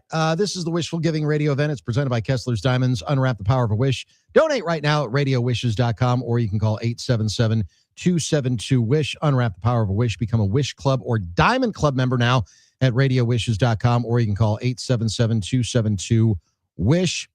You can become a Wish Club member for $20 a month or by donating $240 or more. When you become a Wish Club member, you get a royal blue quartz and gold-filled beaded stretch bracelet with a Wish charm, $75 value. That's courtesy of Kessler's Diamonds. Or you can become a Kessler's Diamond Club member by donating $1,000 or more. You get the bracelet plus a $500 Kessler Splurge card, which will be mailed to you after the event. More importantly, you're helping these kids. We want to thank our silver sponsor, Habish & Rotier, also sponsors Carmex and Design Air.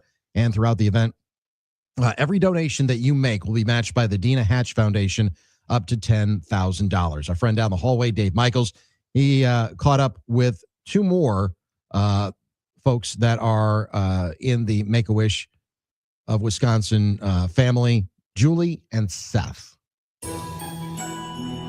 During this Wishful Giving Radio event, I'm witnessing, I hope that you're hearing, the transformative power of a wish fulfilled. To speak directly to that, we welcome both Julie and Seth, who joined me from Bristol, Wisconsin today. Happy holidays. Hey Merry guys. Christmas. Merry Christmas to you. Merry Exciting Christmas. to be here. Seth, tell me a little bit about the very rare autoimmune disease that you were diagnosed with. Actually, my mom knows more than what I know about it. She's actually knows more about it than I do. So you could actually explain it more. Yeah. So just after his 7th birthday, Seth developed some very bizarre physical symptoms.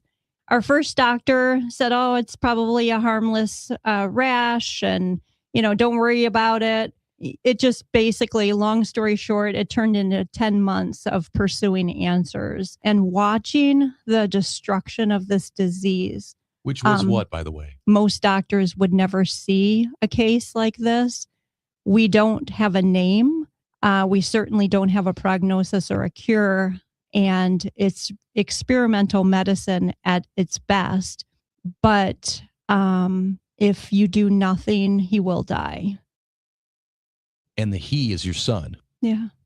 Pretty soon we were just taking boatloads of medications and injections. And I mean, for someone who rarely took Tylenol, I mean, we couldn't believe what they were prescribing. And I refused at all costs, like, no, he's 8 years old. No. And they said, this either has to happen, or the alternative is you watch him waste away. And that is how it all started. So money's at a minimum. Vacations are a luxury. Time spent together, not an option when you're going out of state to the hospital.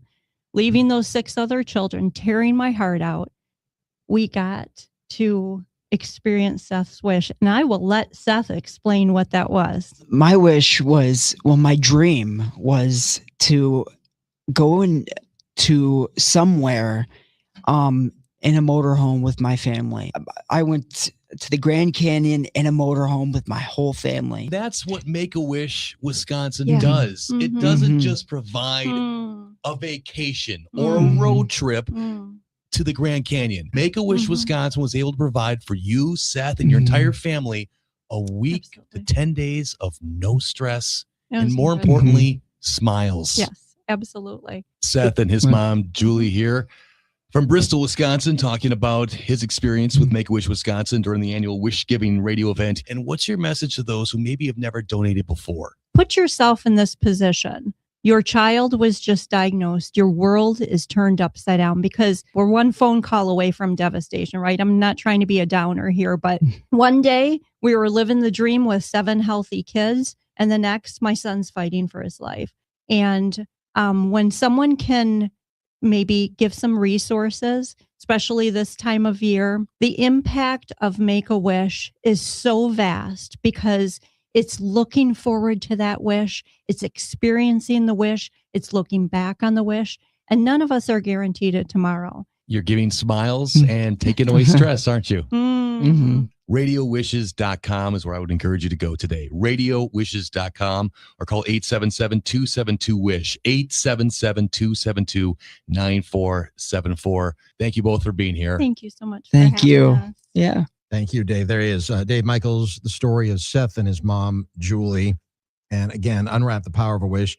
Donate right now at RadioWishes.com. RadioWishes.com or call 877-272-WISH. And you can become a Wish Club member for $20 a month. You become a Kessler's Diamond Club member by donating $1,000 or more. You get $500 back from Kessler's in the form of a splurge card. That'll be mailed to you after the event is over. Also, our silver sponsors, Habish, and Rotier. And we want to thank Carmex and Design Air as well. And throughout the event, every donation will be matched by the Dina Hatch Foundation of up to $10,000. So we love hearing these stories. We've got another one coming up. We will hear the story of Talia and Heidi in our final hour of the program. And we'll also hear from Forrest Doolin.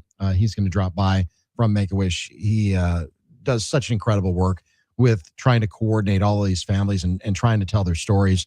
And it's such important work that they do. And we'll hear from him coming up in just a few minutes as well. But everyone who has donated so far, I'm grateful. The kids, more importantly, they're so grateful for that as well, because this is, listen, if you don't know what to get someone, you can donate in their name as well. And I think that that's just the gift that keeps on giving. And it's also a gift that really kind of encompasses what the spirit of the season is all about. All right, Forrest is coming up in just a couple minutes. And coming up in the next hour, we will have Brandon Cristal. He'll be our eye on the enemy. He covers the Denver Broncos as the Packers get set to take on the Broncos. They'll travel to Denver tomorrow. Weather's supposed to be really nice. Brian Pozik's going out there. He's going to watch the game. He's going to be a fan for once in watching the game because he's got the weekend off. But Brandon Cristal, he's going to be joining us in about an hour or so as well. Stay with us. Doug Russell, Nick Bruzewitz, and Dave Gasper, collectively D.N.D. on the game. Ones who love you in the place you left. I hope you always forgive and you never regret, and you help some. Donate right now to Make-A-Wish during our Wishful Giving Radio event presented by Kessler's Diamonds. Go to RadioWishes.com or call 877-272-WISH. That's 877-272-WISH or RadioWishes.com. Stay tuned. Yes. D.N.D. will be back in just a moment. Now, a year in rock spotlight, 1970. Don't keep me waiting here. Lead me to The Beatles released the Phil Spector-produced album Let It Be. It generates 3 number-1 hits, Get Back, Let It Be, and their final number-1, The Long and Winding Road. The Kinks song Lola, about a romantic encounter with a transvestite, makes number-2 UK and number-9 US.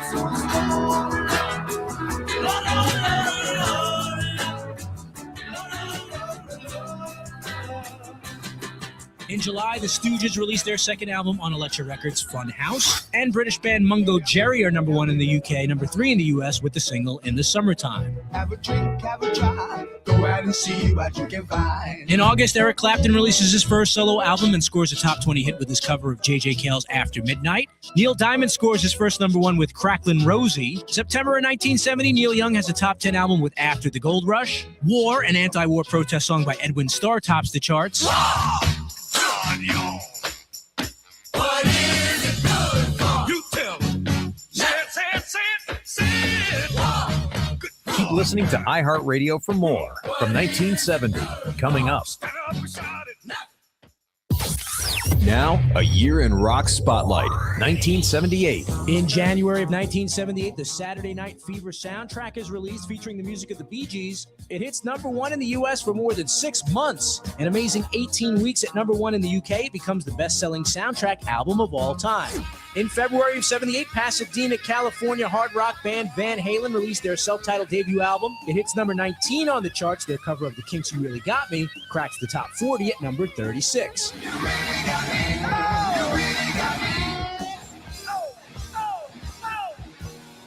In March, the Patti Smith Group released their third album, Easter. It goes to #20. Their single, Because the Night, goes to #13. It was co-written with Bruce Springsteen.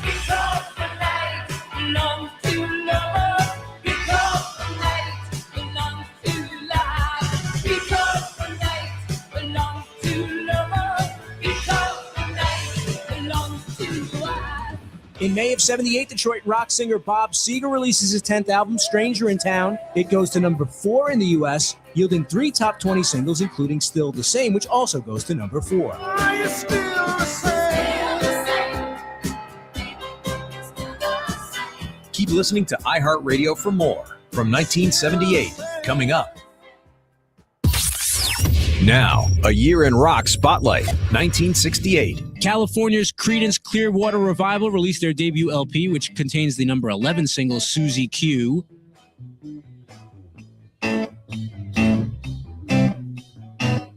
And in August, American band Tommy James and the Shondells have a #1 hit in the UK with Moni Moni. It goes to #8 in the US. And the Doors have their first #1 album and their second and last #1 single with Hello, I Love You. When she moves, my brain screams out this song. In November of 68, Van Morrison releases his second solo album, Astral Weeks, and Joe Cocker has a UK #1 with his cover of the Beatles with a little help from my friends.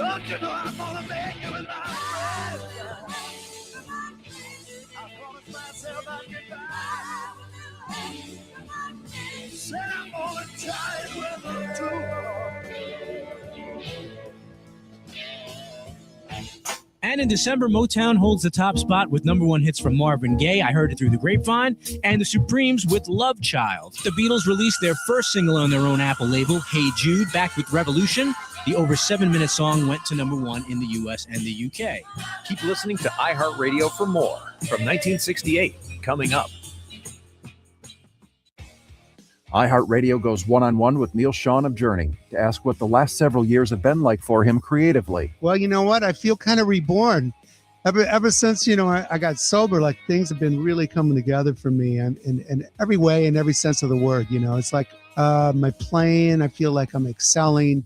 I'm very ambitious, I'm very creative. I have like a little jam studio downstairs in my house, and I sit in there for at least a couple hours to 3 hours a day and jamming with loops and all kinds of stuff just to keep, my chops up. And it's been really, really great for my playing. Keep listening to iHeartRadio for more Neil Sean and all your favorite artists. I'm playing on you tonight. Hunt you down, eat you alive. Just like animals, animals like animals. Moles. Maybe you think that you can hide. All right, D.N.D. continues. Doug Russell, Nick Bruzewitz, Dave Gasper here on Friday, December 12th, 2025. And as we've been telling you for the last couple of days, this is our Wishful Giving Radio Event presented by Kessler's Diamonds. If you are watching us on the stream, the phone number and website, they are on your screen. If you're just listening without a video component, that makes it a little bit difficult. So here's the phone number. It's 877-272-WISH. You can also donate right now at radiowishes.com. Forrest Doolin from Make-A-Wish, Wisconsin, in studio with us once again. Okay, so this is day number 2. How are we doing? We're doing well. We need to turn up, Forrest. There we go. We're doing well. There we go. We've still got a little ways to go for our goal. So, I mean, we've got about 50,000 left to raise this afternoon, which is a big number. I get it. But at the same time, 50,000, that's 50 Diamond Club members. Or if someone wants to, double their Diamond, give 2,000, that's 25, 2,000, so there's lots of ways to slice it up. So, but it's, you know what? all of that is going to help make these wishes come true. We're granting 35 wishes just this month alone, leading into the end of the year. But we have 437 wishes that we are shooting to grant this year, and about 400 wishes are currently in our pipeline. So, and I don't have much to sell, but I can sell bumper music. So if anyone wants to donate, pony up $100. You can have one bumper in and out. And I also said if you donate $1,000, you can do the rest of the show. So we've only got an hour left in the show. So there you go. You might want to get on that. So again, we've heard so many powerful stories of the wishes that have been granted, but for those that have kind of parachuted in and out, as you know, folks do over the course of a couple of days of a radio show, the importance of what these wishes do, and it's for the child, yes, that's going through the terrible maladies that we've heard so much about in the last couple of days as well, but also the families, mom and dad. It's just everybody just honestly needs a break as much as anything else. Yeah. I mean, these families, when they're going through this, when you've got a child who's living with a critical illness, your family's torn apart. I mean, in so many different ways. Relationally, I mean, oftentimes mom or dad are at the hospital with the child who's sick. The other parent is with the other siblings and also still oftentimes working and trying to balance all that stuff. Grandparents, whoever else is helping in their community to kind of help care for everybody. And they're also, things are torn about financially, all these hospital bills and all of the costs involved with the medical care. Even with really good insurance, there's still a lot of cost involved for these families. And not to mention, they're isolated, right? They oftentimes can't go anywhere. They a lot of times are very careful not to see anybody. Like they can't have friends over. Because they're being really careful because the child is immunocompromised because of their condition.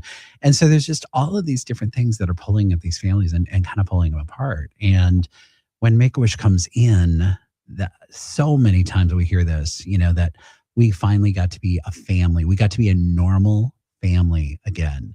We got to see our kids smile. We got to see our kids happy for the first time in years, in certain instances. I mean, it makes such a significant difference on the whole family. And and we've had there have been stories of legitimate stories of, it didn't happen here in Wisconsin, but in another Make-A-Wish chapter where parents had been divorced, which isn't, again, critical illness. It is so intense. Puts such a strain on everything. Puts a strain on everything. And the wish brought the family back together, and the parents ended up getting reunited and got remarried. And so, I mean, that's the power of what we're talking about. This is big impact, and it's not even just limited to the family. It's really to the whole community, because everyone that gets involved, the neighbors, the family members, the wish granters, the donors, everyone that's involved. I mean, it really impacts everybody's lives, because you're making this significant difference. I mean, we're all interconnected, right? It's that human connection, and knowing that we're making a difference in the lives of these kids and these families, and it impacts your own life. Giving feels good. It just feels good. We heard the story of Logan and Melissa in the last hour, and Melissa was telling the story. As great as Children's Hospital of Wisconsin is, sometimes they don't have the resources or the specialists that, say, the Mayo Clinic does. And specifically, she was with Logan and the rest of the family was back here. And it was like, it's only a state away in Minnesota, but that's, a 6-hour drive from southeastern Wisconsin. It's so difficult to, just kind of bridge that gap. And when they were able to go to Disney World, they were just able to, reconnect as a family. And, those things are just, you can put a price tag on it, and that's kind of what we're doing here, but you can't put a price tag on it in that human sense that you're talking about. And I mean, the medical community knows the impact of these wishes, right? I mean, they get prescribed. They do. Doctors will prescribe a wish because they know the difference that it's going to make in these kids' lives, because it just kind of changes their mindset. It impacts them emotionally, mentally, and really, that a lot of times can become a turning point physically for these kids in the midst of their treatment and in the midst of whatever it is they're dealing with. And, doctors will say, sometimes I can't really I can't change the diagnosis. I can't give a lot of hope with my information, but I can give hope through a wish. We only have about a minute left, but you, when we were in yesterday, saw the big picture that we have of Bob Uecker over in the corner. He was great with you guys. Bob was an amazing, amazing Make-A-Wish champion for many years. It all started when he granted a wish when he was on Mr. Belvedere, and he was hooked, and he held a fishing tournament for many years that benefited Make-A-Wish. Yep. And every time he had a wish kid in his booth out at Miller Park or American Family Field, he just gave these kids a delightful experience. He was so good with each and every one of them. And everybody had such a great time at the fishing tournament. I had a chance to be a part of that fishing tournament a couple of times over the years as well. And it was just, the impact that, Bob has on everyone else. But I mean, these kids who just love baseball and love listening to Bob. So those are things that we miss about Bob, but the work continues on. You guys do amazing work. Thank you for all that you do for our community. Thank you for all that you do for, just bringing some life and light into these kids and these families' lives. You guys do amazing, amazing work. Thank you. All right. That's Forrest Doolin from Make-A-Wish. Again, keep it coming. This is the Wishful Giving Radio Event. It's presented by Kessler's Diamonds. Donate right now at radiowishes.com or call 877-272-WISH. Final hour of D.N.D. is coming up straight after this. Stay with us. My wish for you is that this life become. To donate to Make-A-Wish and give families the experience of a lifetime, go to radiowishes.com or call 877-272-WISH. That's 877-272-WISH or radiowishes.com. Want to watch D.N.D? They're live on YouTube, Facebook, and X right now. There you go. There we go. Just search 97.3 The Game. Should I stay or should I go? Will Giannis stay or will Giannis go? Giannis has not gone up and said, I want to be traded. Giannis has just expressed frustration, and his agent has had to be sort of the guy behind the scenes that has talked about stuff. And so I understand that what people want is, does he want to be traded or not? It's a simple yes or no question that doesn't have a simple answer because he's elected to try to go through the process without having a firm decision. He's just not thrilled with where they are, but he doesn't know if he wants to go forward. We're talking about the latest news on the situation here on The Game. Well, come on and let me know. Should I stay or should I go? Looking back at the world of sports, it's the iHeartRadio Weekend Sports Time Capsule. What's going on, fellow sports fans? It's Andy West, and I'm here to take you on a journey back to this week in sports history. We'll start off back in 1930. The Baseball Rules Committee revises the rule book. Now, when a ball bounces into the stands, it's a double, not a home run. This week in 1951, Joe DiMaggio announces his retirement from baseball. He helped the Yankees win 9 World Series titles. Play ball! This week in 1956, the Dodgers trade Jackie Robinson to the Giants for pitcher Dick Littlefield and $35,000. Robinson would retire rather than be traded. This week in 1983, Detroit beats Denver 186-184 in triple overtime in the highest scoring game in NBA history. Isaiah Thomas scores 47 and John Long adds 41 for the Pistons. Denver's Kiki Vanderway had 51. This week in 1997, Michigan's Charles Woodson is the first defensive player to receive the Heisman Trophy in the 63 years of the award. Woodson and the Wolverines would go on to defeat Washington State in the 1998 Rose Bowl, finishing a perfect 12-0 season and earning a share of the national championship. And this week in 2017, Ben Roethlisberger completes 44 of a franchise record 66 passes for 506 yards, becoming the first quarterback in NFL history to top 500 yards passing 3 times in leading the Steelers past Baltimore 39-38. And that's just some of what happened this week in sports history. The Weekend Sports Time Capsule on iHeartRadio.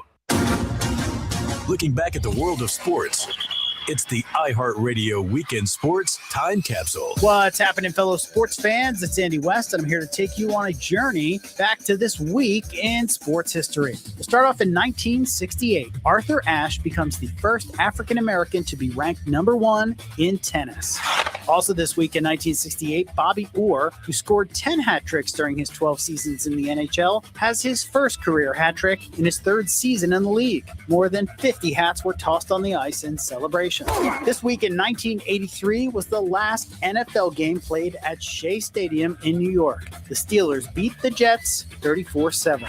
This week in 1992, the National Hockey League votes unanimously to expand to Anaheim, California, approving a new team, the Mighty Ducks. This week in 2006, Marvin Harrison of the Indianapolis Colts is the fourth player in NFL history with 1,000 receptions, joining Jerry Rice, Tim Brown, and Chris Carter. This week in 2010, Minnesota quarterback Brett Favre, at age 41, is sidelined by a throwing shoulder too damaged for even him to overcome. The injury ends one of the greatest individual streaks in all of sports. Favre had made 297 consecutive starts over 19 seasons. And this week in 2015, the Golden State Warriors need 2 overtimes to remain perfect on a very imperfect night and improve to 24-0 to start the season by outlasting the Boston Celtics 124-119. They would lose their next game. And that's just some of what happened this week in sports history. The Weekend Sports Time Capsule on iHeartRadio. It's July 1973. In the month that Afghanistan's King Zahir Shah is deposed in a military coup, reports of a secret White House taping system surface during the Watergate hearings. Nolan Ryan of the Angels tosses his second no-hitter of the season. And 600,000 fans attend a mammoth rock festival at the Watkins Glen Racetrack in New York State. Seals and Crofts hit the top 10 in July of 73 with Diamond Girl. Jim Seals remembers. Diamond Girl, I think, was an effort on our part to express not only to our wives, our love. Sometimes saying I love you is difficult for some people to say, and especially for guys, I think. This is one of the keys to the success of the song, is that it says I love you in a different way. Diamond Girl, roaming wild, such a rare thing. Listen to us live 24/7 on the iHeartRadio app and watch our shows each weekday on YouTube, Facebook, and X. We are the game.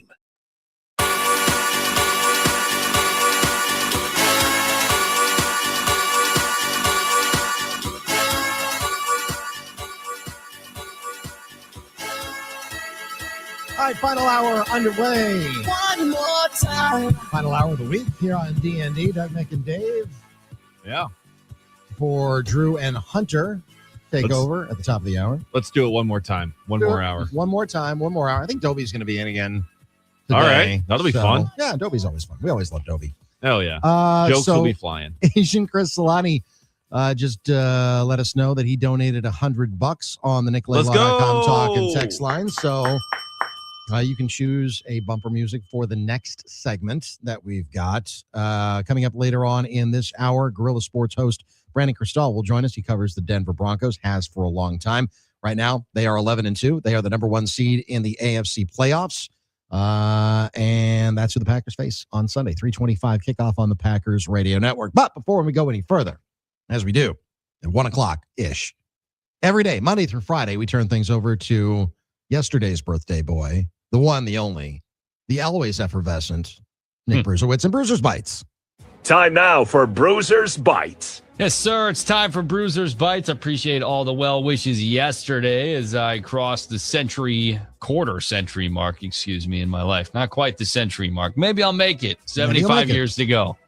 A lot of medical advancements right around the there. corner. Yeah, of course. Just don't get your lung punctured by the Steelers team doctor. Yeah. I don't know if I will ever be in need of dry needling, though. I mean, you hear a lot of good stuff about it. Anyway, you hear great stuff about Wisconsin Concrete Coatings. They do a great job because they'll do your garage floor, your garage cabinetry, your outdoor deck patio, your basement flooring, really anything that's concrete. They can probably coat it with their polyurea coating and make it that much nicer. So visit them at wiconcretecoatings.com. That's wiconcretecoatings.com. I wish they could put some concrete coating on Josh Jacobs' knee because it's been bothering him for a long, long time. And this week, he misses the first 2 practices. And this is what he had to say about his knee issue ahead of Denver on Sunday.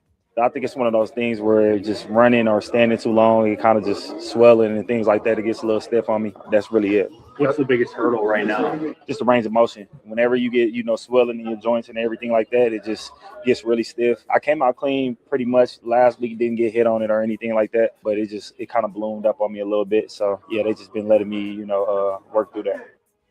Do you guys worry about the Packers if he's unable to go? Emmanuel Wilson had a hell of a game filling in, but that was against the Vikings. This is the Denver Broncos. Yeah, I mean, the Broncos are a really stout defensive team. Do I worry about the Packers without Josh Jacobs? Yeah, I worry about the Packers with Josh Jacobs against Denver. Denver's a legit defense. They're a great team. They're 11-2.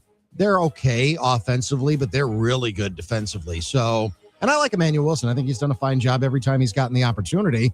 And he's had some opportunities this year, but in short, am I concerned about the Packers without him? Yeah. Yeah, I think you got to be concerned when your top tailback there is, dealing with an injury, especially a knee. I mean, that's something that you got to worry about. So, how are they going to be able to handle if they have to go without him? I mean, I do like Emmanuel Wilson, Chris Brooks. I mean, we'll see what they can end up putting together. But you certainly would rather have him out there, and you feel much better about your chances because the Broncos are good. They have a great record. They've been playing well all season. So if you're going to be able to beat the best, you got to be at your best, and they're at their best when they have Josh Jacobs. Jacobs back out there at practice today. We'll get the injury report in the coming hours, determining his game status and what his status at today's practice was. But I'd anticipate a limited participation and a questionable tag, but time will tell there. Probably questionable. Fair. Yeah. Is questionable is one way to describe Pat McAfee on his program yesterday, questioning what exactly Mike McCarthy was talking about. Here is McCarthy talking about an NFC North quarterback. Frankly, I wouldn't be too hard on Cleve because he's different. Who? He makes Cleve Williams. It's Caleb. Or, I mean, Caleb. You're nowhere near. Okay, you've never made a mistake. I knew what you're talking about, Coach. We knew what you're talking about. I was just giving you an opportunity to interrupt you. I love it when you Khalib Williams. Khalib. Khalib. Yeah. Okay. He's been watching too many Key and Peele skits. Take it for what? It's not even spelled that way. I mean, maybe. Yeah. If you have the long E sound, and the short A sound, Khalib. Khalib Williams. Yeah, that is definitely a Key and Peele substitute teacher. A Ron. Yeah. And Ron. It's not like Mike's been away from the sport for a long time. I mean, he was a head coach last year. Yeah. Khalib Williams. All right. All this to say, would he have more aura if his name was Khalib? Ooh. Would you look at him and say, guy? Can I ask my niece that question? Because that's a question for your niece for sure. She's the one who keeps, I would say keeps me young, but she doesn't do a very good job of that. But she lets me know what the kids are talking about. So Caleb feels like a 9-year-old to me. I'm sorry. But Khalib, would he have more aura? I mean, Khalib, yeah, Grammy-winning artist. It's Khalid, I think, with a D. Close enough. DJ Khaled? That's a different guy, too. Yeah. Bless up. I say yes. Another one. I say yes. He would have more aura. I'm going to go all Gen Z on you. He's going to have more aura if he was Khalid. Maybe you should consider it. Maybe he should. Yeah. I think having that name may make it a little bit more aura-filled, but God, Khalib. I don't know how you get there from that, but hey, right. Mike McCarthy. I used to do a weekly hit with Mike McCarthy back in the day, and one time it wasn't all sports. Yeah. It was Caleb's not that uncommon of a name. So me and my co-hosts, we were bouncing around the room, and the subject of cookies came up, and one of my co-hosts asked Mike McCarthy, favorite subject. "What's your favorite cookie?" I'm going to ask you, both of you, right now. Dave, what's your favorite cookie? Chocolate chip. Nick, what's your favorite cookie? Snickerdoodle. Okay, so those are easy answers. I go with chocolate chip. I'm with Dave on this one. Mike McCarthy was absolutely flummoxed by the question. What do you mean? What's your favorite cookie? I don't know. Jessica, my wife, she has a cookie. She put, I don't know. She puts there's one that she has that I think she sprinkles some. What is it?Maybe I don't know. Some sugar maybe on it, like a sugar cookie, Coach. I guess. I mean, what do you mean by cookie? I mean, what do you mean? What do I mean by cookie? Yeah.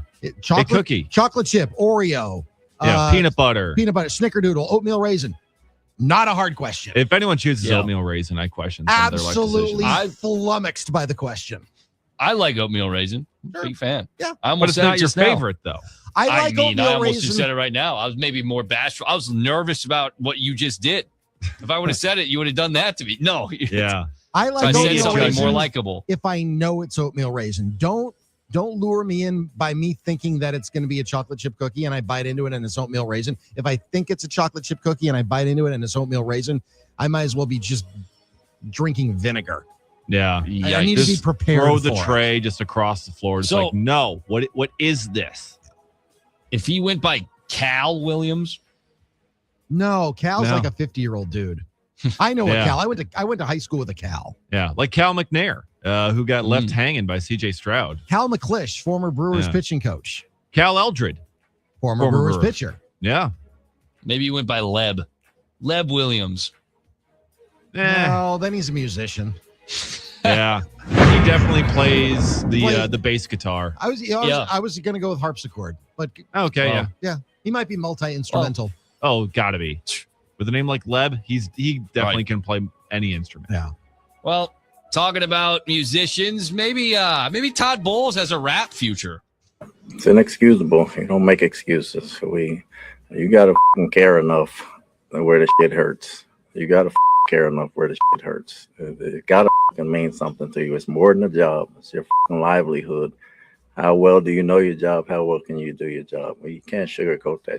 It was inexcusable, and there's no answer for it. There's no excuse for it. That's what you tell them in the locker room. Look in the mirror. 10. Yeah. My question for you, as we already touched on it earlier, would be, or do you dislike this raw, unfiltered version of a head coach that's supposed to represent your brand? After a while, curse words lose their meaning. After a while, they lose their effect. And that goes across. I probably need to have my mouth washed out with soap more than anybody. So I fully am aware of the fact that I do this too. So it's do as I say, not as I do. But anytime, like here, I'll give you an example. Taylor Swift, she started dropping all these, F-bombs in her songs. It's her right to do. I'm not offended by it or anything like that. But her lyrics, her lyricism, I think suffers because of it, because there's better ways of using language. I don't mind the raw, I guess, emotion of it, but when you drop 10 of them in, how long was that soundbite? 15 seconds? It's 27 seconds. All right, 27 seconds. Math is hard. 27 seconds. It just loses its effectiveness. If you pick your spots, sure, then those words have impact. But if you don't, and it's every other word, then they just lose all meaning and they lose all effectiveness. So yeah. Yeah, the sentence enhancers can only enhance the sentences so much. That's a SpongeBob reference, by the way. It's like when they had an episode about swearing, which was fantastic. Nice. But I've had two basketball coaches. One basketball coach, he was always kicking over because we sucked. He was always kicking over stuff in the locker room. And I had another coach who was just very mild-mannered, who did it once. Let me tell you which one was more effective. It was the guy who did it once. Yeah. Because he's like, oh, Coach Joe Mock's pissed off. Yeah. That's when you got to fix it. But when it's every single time, it's just like, okay, we don't again. need this much. Yeah, here we go again. But yeah, so maybe it'll be the kick that the Buccaneers need in order to get themselves back on track. But they fall into second place in the NFC South, so you got to do something. And I don't know if Todd Bowles is normally like this with his team, but if he's like your other mild-mannered coach where he just kind of keeps it calm, cool, collected, and then he has this blow up, maybe it will be effective. Well, talking about effective, the Packers broadcast booth, Wayne Larrivee and Larry McCarron. Oh, hey, we know that guy. Mm-hmm. Oh. Of Awful Announcing, which is a outlet which started with blunders and poor announcing and poor reporting, and they making that come to light. They're now a little bit more of a resource for all things. A little more mainstream, yeah. Yeah. They did a poll, and they sent out ballots to like 3,500 readers. And of the 137 ballots that were received from Packers fans, 68 of them were A's, giving Wayne and Larry the highest score of all 32. Broadcast boost. Many comments focused on lauding Larrivee, who has been on the call for these Packers broadcasts since 1999, following previous work for the Chiefs and Bears. Some lines included, still has his fastball, and I'd call him the best overall local announcer in the NFL. Top notch, a top-tier play-by-play man who hits the big moments so well and brings both passion and poise with how he calls the game. Some people didn't love Larry, but that's why they're number one, because Wayne carries the team and Larry's still great. Love it. Any surprise? No, none at all. Listen, as we've demonstrated, I'm a little bit older than you guys, and I've heard of probably a few more play-by-play announcers over the years than you guys. And I work with Jim Irwin, and I love Jim Irwin. Jim Irwin was great, but Wayne Larrivee just took it to another level. Not a knock on Jim. I don't want anybody to misconstrue what I'm saying. Yeah. Wayne just took it to, I mean, if Jim was right here, Wayne just took it to a different level. He's so good. He's still so good. He studies this game. He's smart about the players. He knows the ins and outs. I want Wayne to do this as long as he wants to do it, because as one of the voters said, the guy has not lost his fastball at all. And he elevates when you need to elevate, and he still has passion for it. And it's been my honor to work with him for as long as I have. Yeah, and it's kind of similar, like him and Jim Irwin, I think, to maybe Bob Harlan and then Mark Murphy, where it's like, look, Bob Harlan, fantastic, nothing against him, but Mark Murphy advanced on what Bob Harlan built, something like that, to that effect. But yeah, just absolutely fantastic. Has not lost his fastball like we've seen some other announcers, perhaps the Thursday night announcer do. Yeah, Al had a rough night last night. Yeah. Yeah. The fastball's definitely gone. This fastball's more like he's my lost some fastball velocity speed. on it. Yeah. I mean, and listen, Al is going to go down as one of the greatest of all time. I think he's a Mount Rushmore all-time sports announcer. And that means top 4 of everyone who's ever called a game. Yeah. Might be time to ride off into the sunset. It might be. Yeah. Still can't get over Caleb Williams. Come on. In video game news, beginning tomorrow, Kim Kardashian is in Fortnite. Oh, God. We're getting Kim Kardashian in Fortnite before we get Grand Theft Auto 6. Are we serious? The very famous magazine cover where she has the glass balancing on her rear will not be depicted directly in the game. Instead, she is balancing the wine glass on her foot. So the pose is still in the game. So children will be able to wear their Fortnite skins of Kim Kardashian. I think I saw one yesterday that was like me and my squad teaming up, and it was all these dudes, but their characters were Kim Kardashian, Sabrina Carpenter, Ariana Grande, maybe Dua Lipa. I don't remember which the last one was, but yes, we have reached the point where Kim Kardashian is officially in Fortnite. And we'll end with some actual sports news. Yesterday, the Bucks win 116-101 over the Celtics. This is Kevin Porter Jr. on what the team and we can take away from yesterday's victory. It felt like you can feel the energy with the ball. Everyone touched it. Everyone trusted one another. And I think when we were able to trust one another, especially on the defensive end, we can pick up the ball more because we know we got that man on the back end. And offensively, we can trust, if we're open, we're going to pass and make that extra read. And I think tonight displayed that. All right. What do you take away from that win? I mean, it's the NBA. Any team can win on a given night. Yeah. But I mean, the Bucks, we heard from Doc earlier. You hear from KPJ. They played a form of basketball that I think they can be proud of. They played a really good second half. And oftentimes we've seen them lose a game in the first 3 minutes of, the third quarter. And they didn't do that last night. They play, as Doc was talking about, the spacing was better. It's like, well, you know how to do this. Now you've got to go out and replicate that. And when they get out of their games, I just wonder, how does that happen? Again, as we were talking about earlier in the show, I understand sometimes your shots aren't going to fall. Sometimes you're going to be cold. Sometimes you're just going to come out a little bit flatter than you can. But what you can control are the controllables. And that's game plan and that's scheme. You can control those things. It doesn't mean you're going to not get beaten. There are going to be other teams that just out-talent you. That's part of the game too. But just knowing how to scheme as well as you can it gives yourself a chance to win the game. And that's what we saw. Yeah, and that's what they need, especially if they're going to try and tread water and stay afloat here without Giannis for another couple of weeks, because you're right on that fringe there, in terms of being on the back end of the play-in tournament for the playoffs. So you still got a lot of time left in the regular season to be able to turn things around and get better, but you've got to be able to tread water. You've got to be able to, as you mentioned, Doug, game plan better, scheme better, have the better spacing, and just work on those basic fundamentals. And when you have those in place, you're going to keep yourself in a lot of ball games rather than getting blown out by 30. That brings to a close our Bruisers Bites for today, brought to you always by Wisconsin Concrete Coatings, wiconcretecoatings.com. Once again, wiconcretecoatings.com. And if you're looking to visit websites, visit radiowishes.com as well. Yeah, Radio Wishes. This is the Wishful Giving Radio Event presented by Kessler's Diamonds. Unwrap the power of a wish. Donate right now at radiowishes.com or call 877-272-WISH. And we've got our bumper music coming back in the next segment. Yep.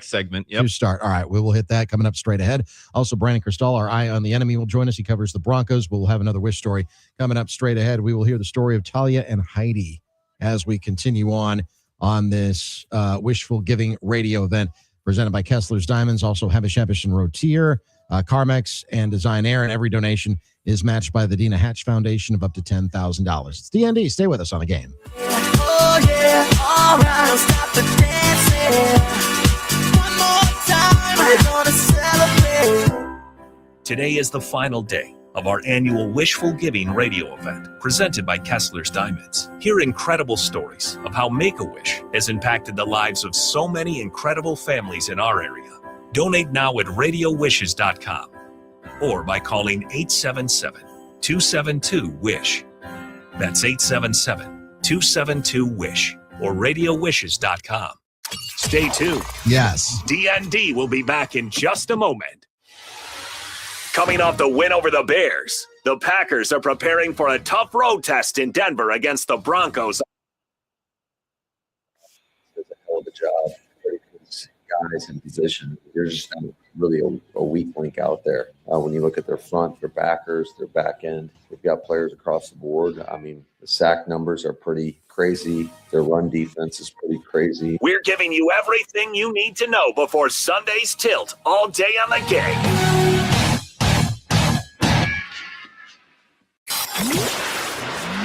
Now, a year in rock spotlight. 1973. Led Zeppelin released their fifth album, Houses of the Holy. It goes to number one in the US and the UK and yields the top 20 hit Dire Maker. But I still love you so, and I can't let you go. I love you. Ooh, baby, I love you.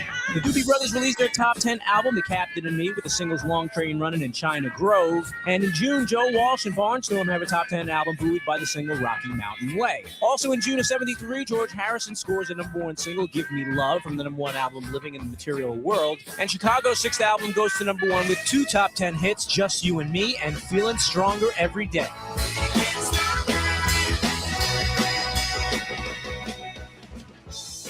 In July, 600,000 Jam Watkins Glen for Summer Jam, the largest rock festival ever held in the U.S. It features the band, the Grateful Dead, and the Allman Brothers. And in August, those same Allman Brothers released their first album after the death of Duane Allman and had their only hit single with Ramblin' Man, which goes to number 2.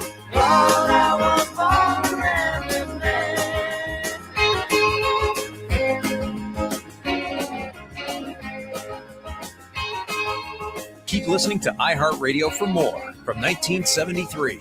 Coming up. Now, a year in rock spotlight. 1970.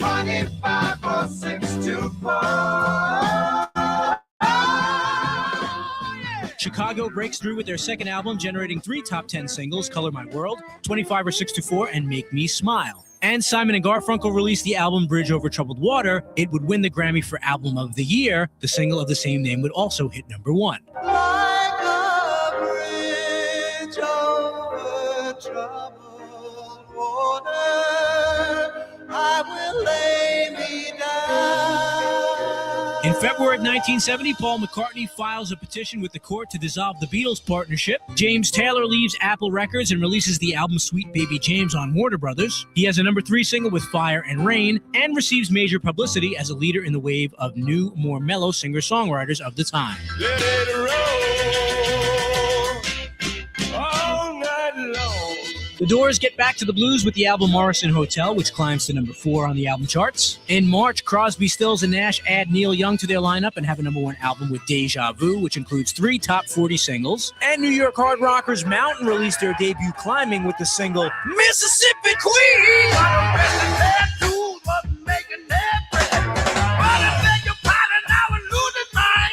Keep listening to iHeartRadio for more from 1970. Coming up. iHeartRadio.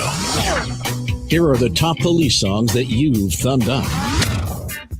Number 3, Roxanne.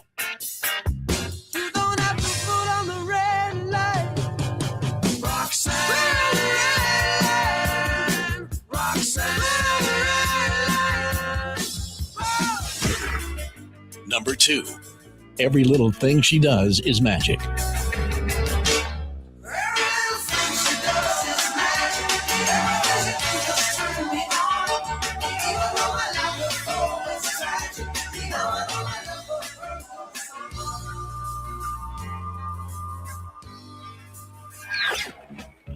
Number 1, Every Breath You Take.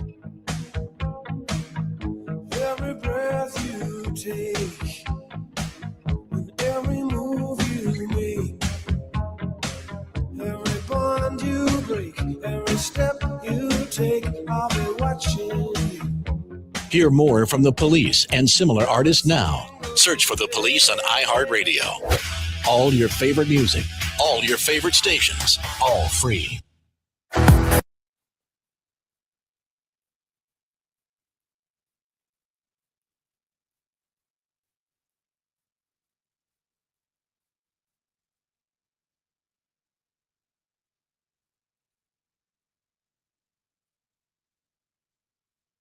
Maybe we should play this. Nice. I like this. Yeah, it's very good more often. D.N.D.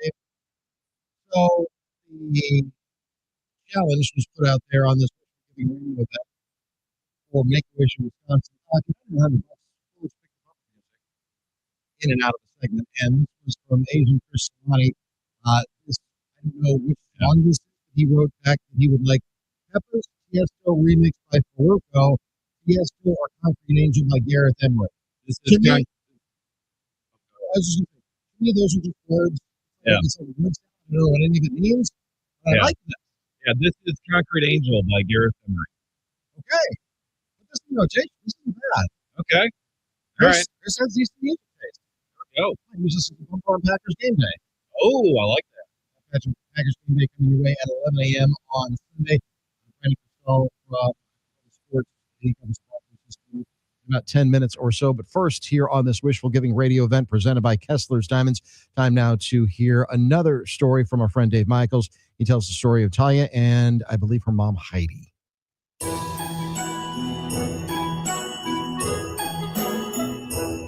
I'm wondering what you would do if your child or grandchild that you loved were facing a critical illness. Unfortunately, that's not a rhetorical question for many families here in southeastern Wisconsin. I do know that a wish, though, can be a game changer that brings kind of a sense of normalcy back into a family's life. Our annual Wishful Giving Radio event with Make-A-Wish Wisconsin and Kessler's Diamonds is here, talking to families directly impacted by Make-A-Wish Wisconsin, and in some cases, wish kids themselves. One of them is Talia. Hi, Talia. Thanks for being here. Mm-hmm. Where are you from? What city? Franklin. Where do you go to school? St. Joseph and Messine. Who's with you right now? My mom. What's your mom's name? Heidi. Hi, Heidi. How are you? Hi, how are you? Tell me a little bit about Talia. Talia is our 9-year-old daughter, and she is a kidney cancer survivor. When was she diagnosed? She was diagnosed in March of 2019. So you take her in, and at what point did you realize this might be a little more serious than we think? So our pediatrician wanted her to have the ultrasound and before the ultrasound was going to take place. He just told us that when her ultrasound was finished, to not leave and just wait for them to be able to read the results. And our doctor said the ultrasound reveals that she has a tumor on her right kidney, and there is a room waiting for you at Children's Hospital. Were you scared? We were very scared. I can remember every possible moment of Talia's diagnosis and being in the hospital. And while you're watching her through this process, I'm guessing there were times where she was looking at you, giving you those, Mom, I don't want to be here. Mom, I'm scared. Mom, take me home looks. And while you understand where she's coming from, you know that you can't do that because that's what's best for her. That must have ate you up inside as well. Right. It hurts to know that you've had to hold down your child so that people can help her. And even today, even at 9 years old, she will ask when we go to her doctor appointments if she's going to have any pokes and if things are going to hurt, because it is very traumatic for a child to go through any sort of treatment plan, which you know is helping them. But in that moment, you have to do things to make it happen. What was your wish, Talia? To go to Disney World, Florida. So now Talia's wish, granted through Make-A-Wish Wisconsin, is to bring her family to Florida. That must have just been an amazing experience for everyone, wasn't it? We did not have to worry about anything other than each other and being able to spend time with each other, enjoy a family trip that most likely we would not have been able to do without the generosity of the donors who helped to sponsor a trip for a child through Make-A-Wish. They gave your family smiles. They did. A smile might be the best gift you can give anyone this holiday season, but especially a child like Talia when you donate to Make-A-Wish Wisconsin. RadioWishes.com. RadioWishes.com. I encourage you to visit the site, donate to Make-A-Wish Wisconsin. You can also call 877-272-9474. That's 877-272-WISH. Thanks, Dave. And thanks to Talia and Heidi for telling Talia's story. You can become a Wish Club member for $20 a month or by donating $240 or more. Or you can become a Kessler's Diamond Club member by donating $1,000 or more. All right, we're going to reset and talk to Brennan Cristal from Guerrilla Sports. He is someone who has covered the Broncos for a long time and has seen the resurgence of this franchise over the last, well, they won the Super Bowl 10 years ago. They've been wandering in the wilderness ever since. We will talk to him about what turned this team around. Was it more than just the head coach? We'll find out as we return this week on D&D.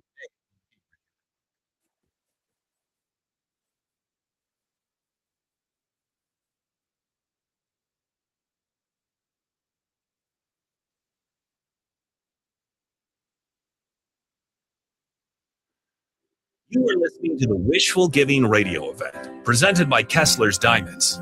Donate now at RadioWishes.com or by calling 877-272-WISH.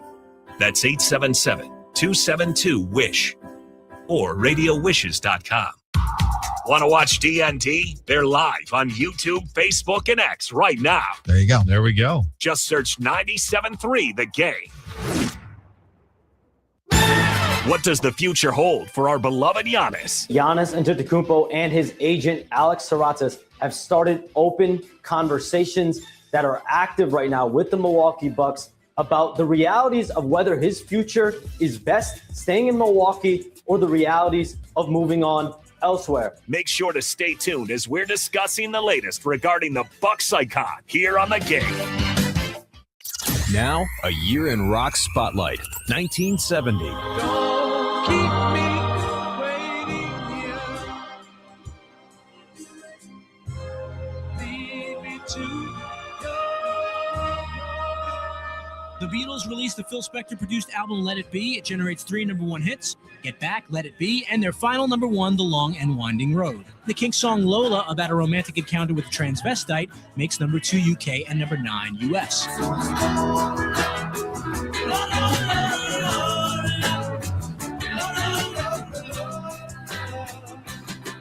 In July, the Stooges released their second album on Elektra Records, Fun House. And British band Mungo Jerry are number 1 in the UK, number 3 in the US with the single In the Summertime. Have a drink, have a drive, go out and see what you can find. In August, Eric Clapton releases his first solo album and scores a top 20 hit with his cover of J.J. Cale's After Midnight. Neil Diamond scores his first number 1 with Cracklin' Rosie. September of 1970, Neil Young has a top 10 album with After the Gold Rush. War, an anti-war protest song by Edwin Starr, tops the charts.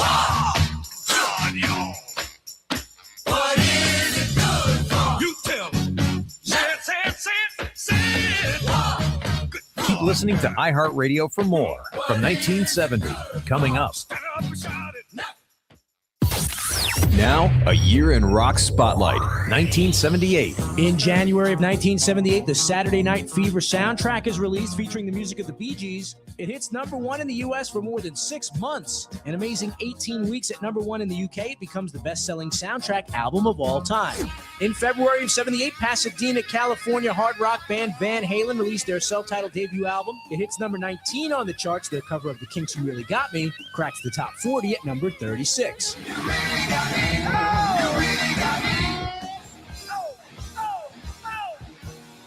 In March, the Patti Smith Group released their third album, Easter. It goes to number 20. Their single, Because the Night, goes to number 13. It was co-written with Bruce Springsteen.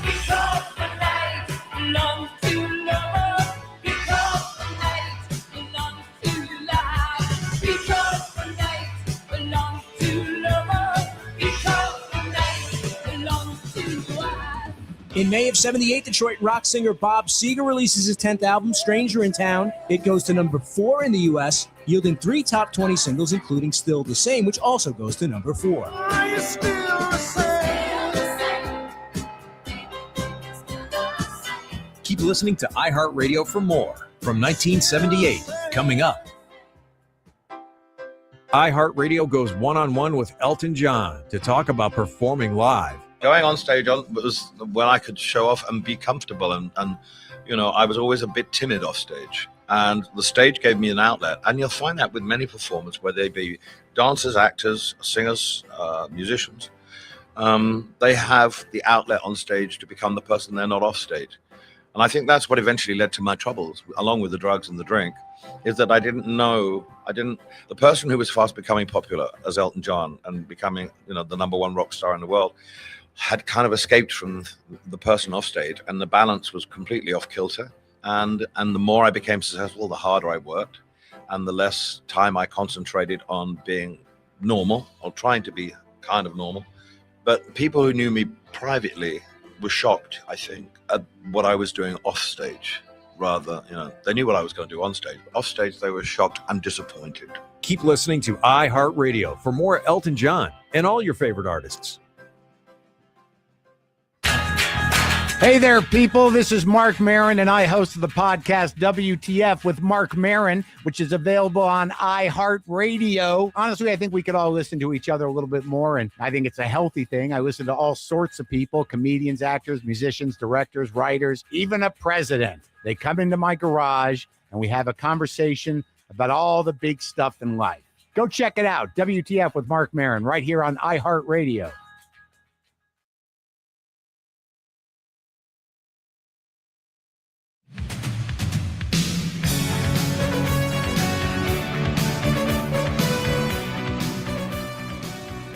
Segment of the week here on D.N.D. Doug Russell, Nick Bruzewitz, Dave Gasper, Doug, Nick, Dave. Coming up on Sunday at 3:25 kickoff at Empower Field in Denver, Colorado. It's the Packers taking on the 11-2 Denver Broncos. Joining us on the program for an Eye on the Enemy segment. He is a host and reporter at Guerrilla Sports, also an affiliate correspondent for Fox Sports Radio. We've had him on the program before. Brandon Cristal joining us here. Brandon, I appreciate the time. How are you today? I'm doing good. You know, my Behind Enemy Lines segment on my Football Friday show I do with Chris Harris Jr., we went behind enemy lines with a guy who's not that much of an enemy, but our pal Brandon McManus was nice enough to join us before hitting the practice field for the Friday workout. And so I don't know if my insight into the team will be the same as BMAX, but I may not be as politically correct. I'm not going to be incorrect, but I'm not going to toe a company line necessarily if I don't need to. I would never want anybody that comes on the show to toe the company line. So I appreciate that. This team's 11-2 that you cover, this Denver Broncos club. And there have been some that have questioned, well, their defense is elite, their offense is, I don't know if I believe in it yet. You've seen this team all season long. How legit is that 11-2 in your mind? I think the 11-2 is legit. And around these parts, we ask, do you believe in the offense or do you not believe yet? As we have so much fun with the Bo-related puns and Bo Nix, obviously. Sure. But as we know in the NFL, I guess obviously in any sport, but in the NFL specifically, you can only play your schedule.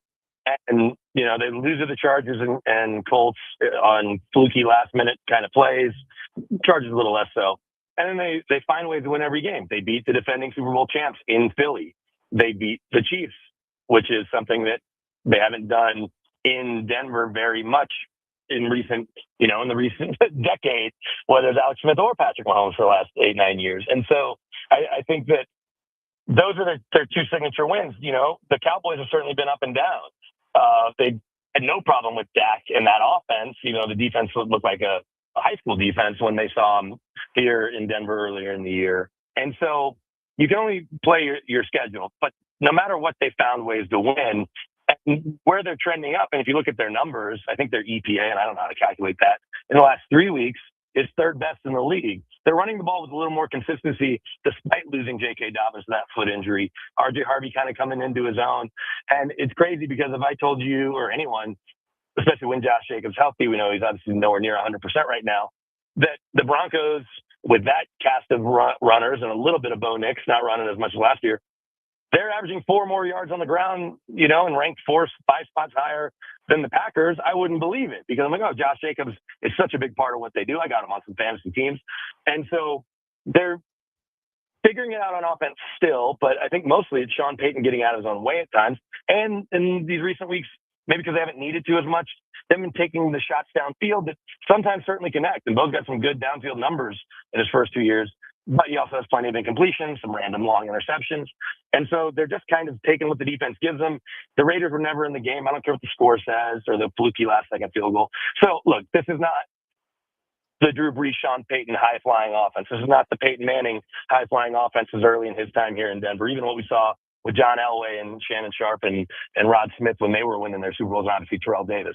But it's more than good enough to win in the playoffs, and the defense will travel if they even have to travel, wherever they need to. And if things work out the way they want, they'll only be getting on a plane to go to Kansas City on Christmas night, which may not mean anything, into the Super Bowl in Santa Clara, if they end up obviously securing that 1 seed. I do want to touch on Sean Payton. How important is Vance Joseph to this whole operation? Because you've seen Payton succeed at levels very highly on offense, but outside of 2009, never got to the mountaintop, even an opportunity to get to a Super Bowl. How much does Vance Joseph kind of elevate all boats here? I think pretty significantly. And Vance kind of did a little media tour. He was on Peter Schrager's podcast during their bye week. And then he did actually something our CEO up in Boulder and talked about, and in that one, he specifically talked about when they got the brakes beat off them, and that's an understatement. And we all remember, and y'all may not have seen it, but you saw the score. They lose 70-20 in week 3 in Miami a couple of years ago. And it's like, is Vance even going to make it through the season, or is he going to make it to next week? And he said he'd been trying to run what Vic Fangio had run. And then the year that Nathaniel Hackett was here, Ejiro Evero, who had worked for Vic, ran basically Vic's defense with the same language. He tried to kind of keep that the same. And he went into Sean's office. Obviously, they're dissecting a 70-20 loss. And he's like, I have to just be able to do more of what I want to do. And it wasn't that Sean was demanding he run it like that. I think they just thought it would be easier and more efficient. Well, so since then, he stuck to his guns, and he came up under Wade Phillips as his biggest defensive influence among the guys he worked with. And they get after the quarterback, and Vance likes to switch up the looks, and he has the personnel to be able to do it because they're so good up front, and they're really front five with the pass rushers, when you talk about Benito and Cooper, and then inside with guys like Josh Allen and John Franklin Myers, and then the inside linebackers blitz and the DBs blitzing, that they can switch it up, and they're really, really solid on the back end with clearly the best corner in football in PS2, the reigning defensive player of the year. So BJ's been able to mix it up, and they seem to always dial it up when they need to on a 3rd and long, and haven't gotten burned yet too often when they need that home run to get off the field, which is obviously something that the Packers have once they added Micah Parsons. So maybe they haven't had, I don't know, I guess when Zendarius Smith first showed up, the Smith brothers, or really since Reggie White was there. But when you have that guy that can close for you, and they have a couple, it allows BJ to do a lot. Now, if he gets a head coaching job, the defense, almost all those guys are back. So they're going to be in really good shape as long as whoever calls it next, and we think it might be a guy that everybody up there is familiar with, and Jim Leonard, who associate head coach and had chances to leave, and Sean got him to stick around. So can Jim Leonard match what Vance does next year? Well, we'll worry about that next year. But no, Vance is a huge part of what they do, and Sean knows it. Sean wasn't necessarily, I know it sounds silly, but talking about Vance by name when he would talk about the defense. He talked about the players. And since that Jets game when they sacked Justin Fields 9 times in London, he has been happily talking about Vance and his staff and how well they have orchestrated the defense week to week, regardless of the opponent. So, yeah, the defense is a key to what they do, is can the offense give them enough? And they have, obviously, through 13 games to get to 11 wins.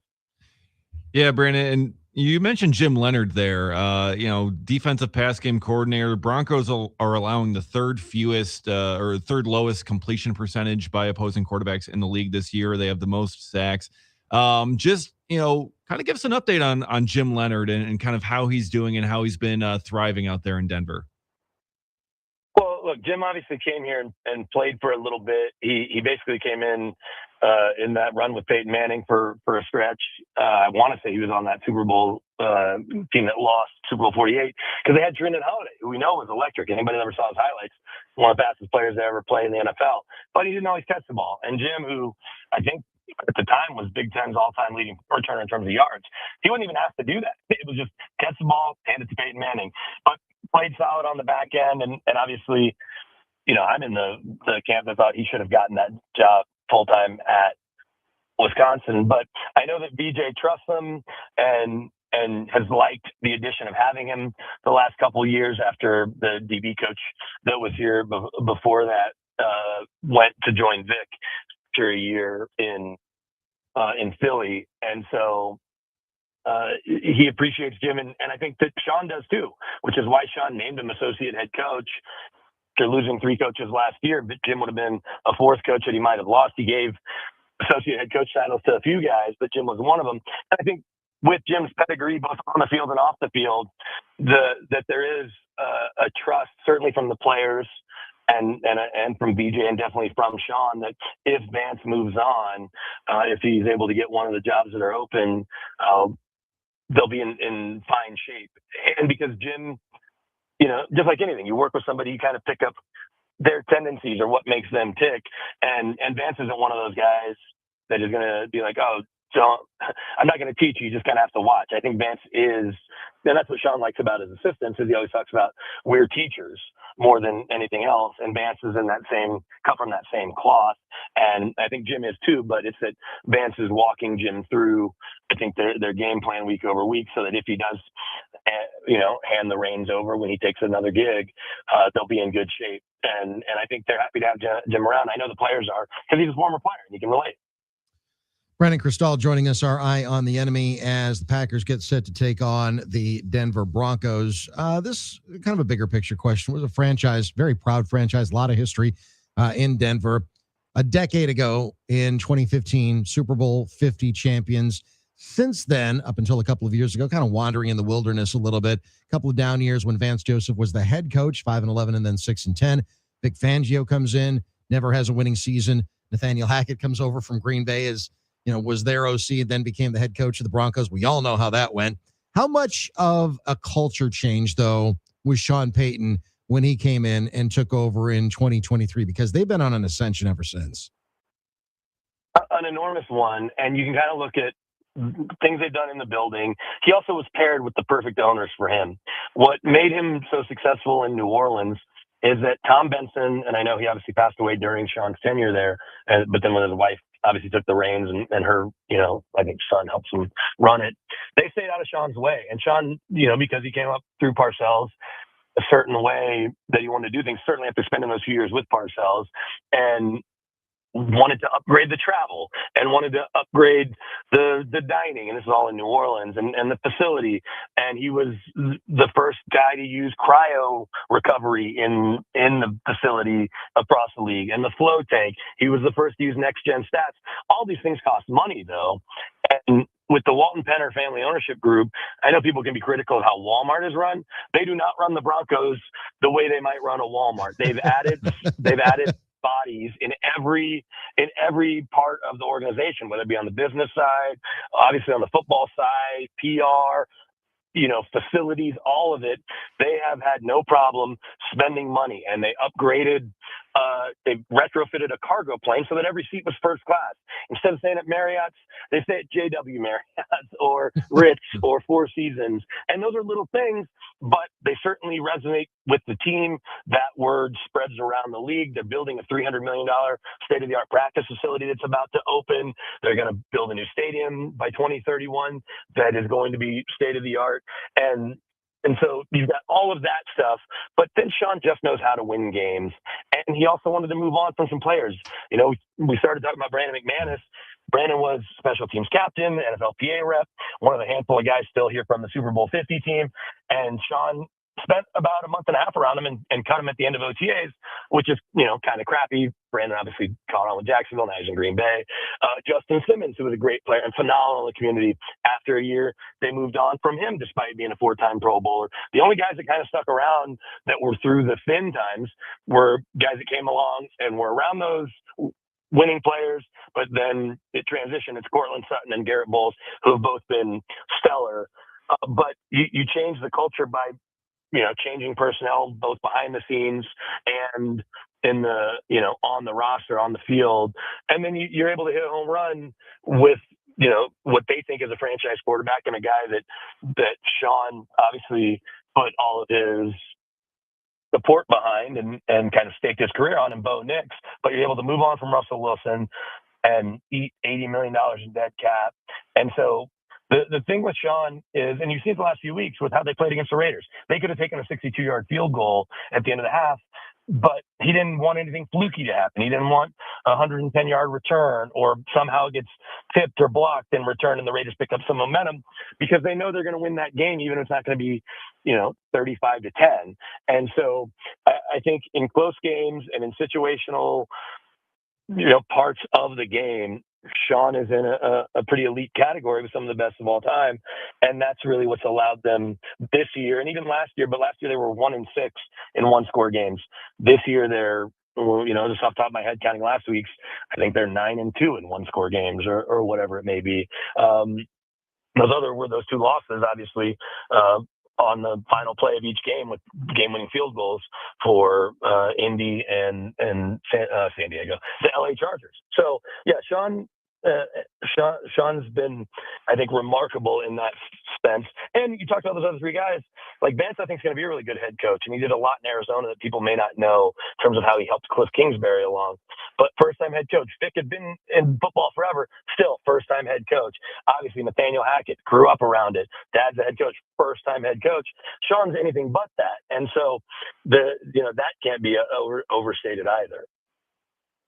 Real quick, before we got to let you go, we got about a minute here. RJ Harvey is taking the reins in the backfield. J.K. Dobbins done for the time being. Excitement in that backfield has to be pretty high right now. Yeah, and it's only growing week over week because his acceleration or his maturity had to be accelerated with the Dobbins injury. And so while they like Julio McLaughlin and Bidet, the other two backs, they drafted Harvey in the second round for a reason. Look, this dude threw 43 touchdowns his senior year of high school. Now, he's 5'9" on his best day. Nonetheless, Virginia recruited him to play quarterback. He transfers back home, goes and plays running back at UCF, and we know he was a Big 12's leading rusher 2 years ago. He's fast with breakaway speed, but he's sticking to the offense in recent weeks, especially last week, staying within the play call, not trying to bounce it outside like young backs do. He's getting better in pass pro, and he's good catching the ball in the backfield. He just wasn't asked to do it a lot. So as he goes, certainly the offense goes because it makes things easier for Bo, and they like where he's at. Doesn't mean he'll be the featured runner next year. If they sign a Derrick Henry or something like that. But he has certainly come along. That's been accelerated, and he's a dangerous weapon that can hit a home run if given the chance. Brandon, we appreciate the time and the insight so much. Enjoy the game coming up on Sunday. And who knows, maybe we'll do this again when these two teams meet in Santa Clara. That sounds great. We'll do it in person. Yeah. Hopefully that's how it comes to pass. Rematch of Super Bowl 32. We know Packers fans want that to go a different way. Yeah. But the Broncos will be fine if it's the exact same outcome in terms of winners and losers. But it should be fun either way. Looking forward to it. There he goes. Brandon Cristal joining us from Guerrilla Sports. You can find him on Twitter or X, if you prefer, at BK Denver Sports. That is his X handle, and he's been covering the Broncos for a long time. We appreciate his time and his insights here as we wrap up the week on D.N.D. Packers game day coming up 11 a.m. live from Potawatomi Sportsbook on Sunday, 3:25 kickoff for Sunday's game as well. It's going to be fun. I can't wait for it. I can't wait for it either, because I think it's going to be another good litmus test. This is the second straight week where the Packers are taking on the top-seeded team when the game begins, the top-seeded team in their respective conference. The schedule is only going to get harder. And it started last week. They had 3 straight games in the division in a row. Right now, they're 4-0 in the division. They still have the rematch against the Bears. They've got the Vikings coming up right after New Year's. So, yeah, it's the last quarter pole of the season. And it's not an easy road, and it shouldn't be an easy road. This is where football is fun. You've got 2 great teams that are going up against each other on Sunday. Then you've got the Bears coming up, that rematch. The Ravens, if they're still playing for something. And then you end up the season against a Vikings team that just wants to knock you out of the playoffs or knock you from your perch. Yeah, we'll see if 9 is able to get it done. But that's right. Yeah. Nick, I hope you had a good birthday week. I did. Do you celebrate a whole birthday week? I don't. I do not. Okay. But we talk about 2 great teams squaring off right now, Wisconsin and Stanford women's volleyball on ESPN. So tune in for that on television. Set 2. Wisconsin's up. They won the first set. Love that. Love that. Have a great weekend. We'll talk to you on Sunday starting at 11 on Packers Game Day. Drew and Hunter coming up next. Stay with us. You are listening to the Wishful Giving Radio Event, presented by Kessler's Diamonds.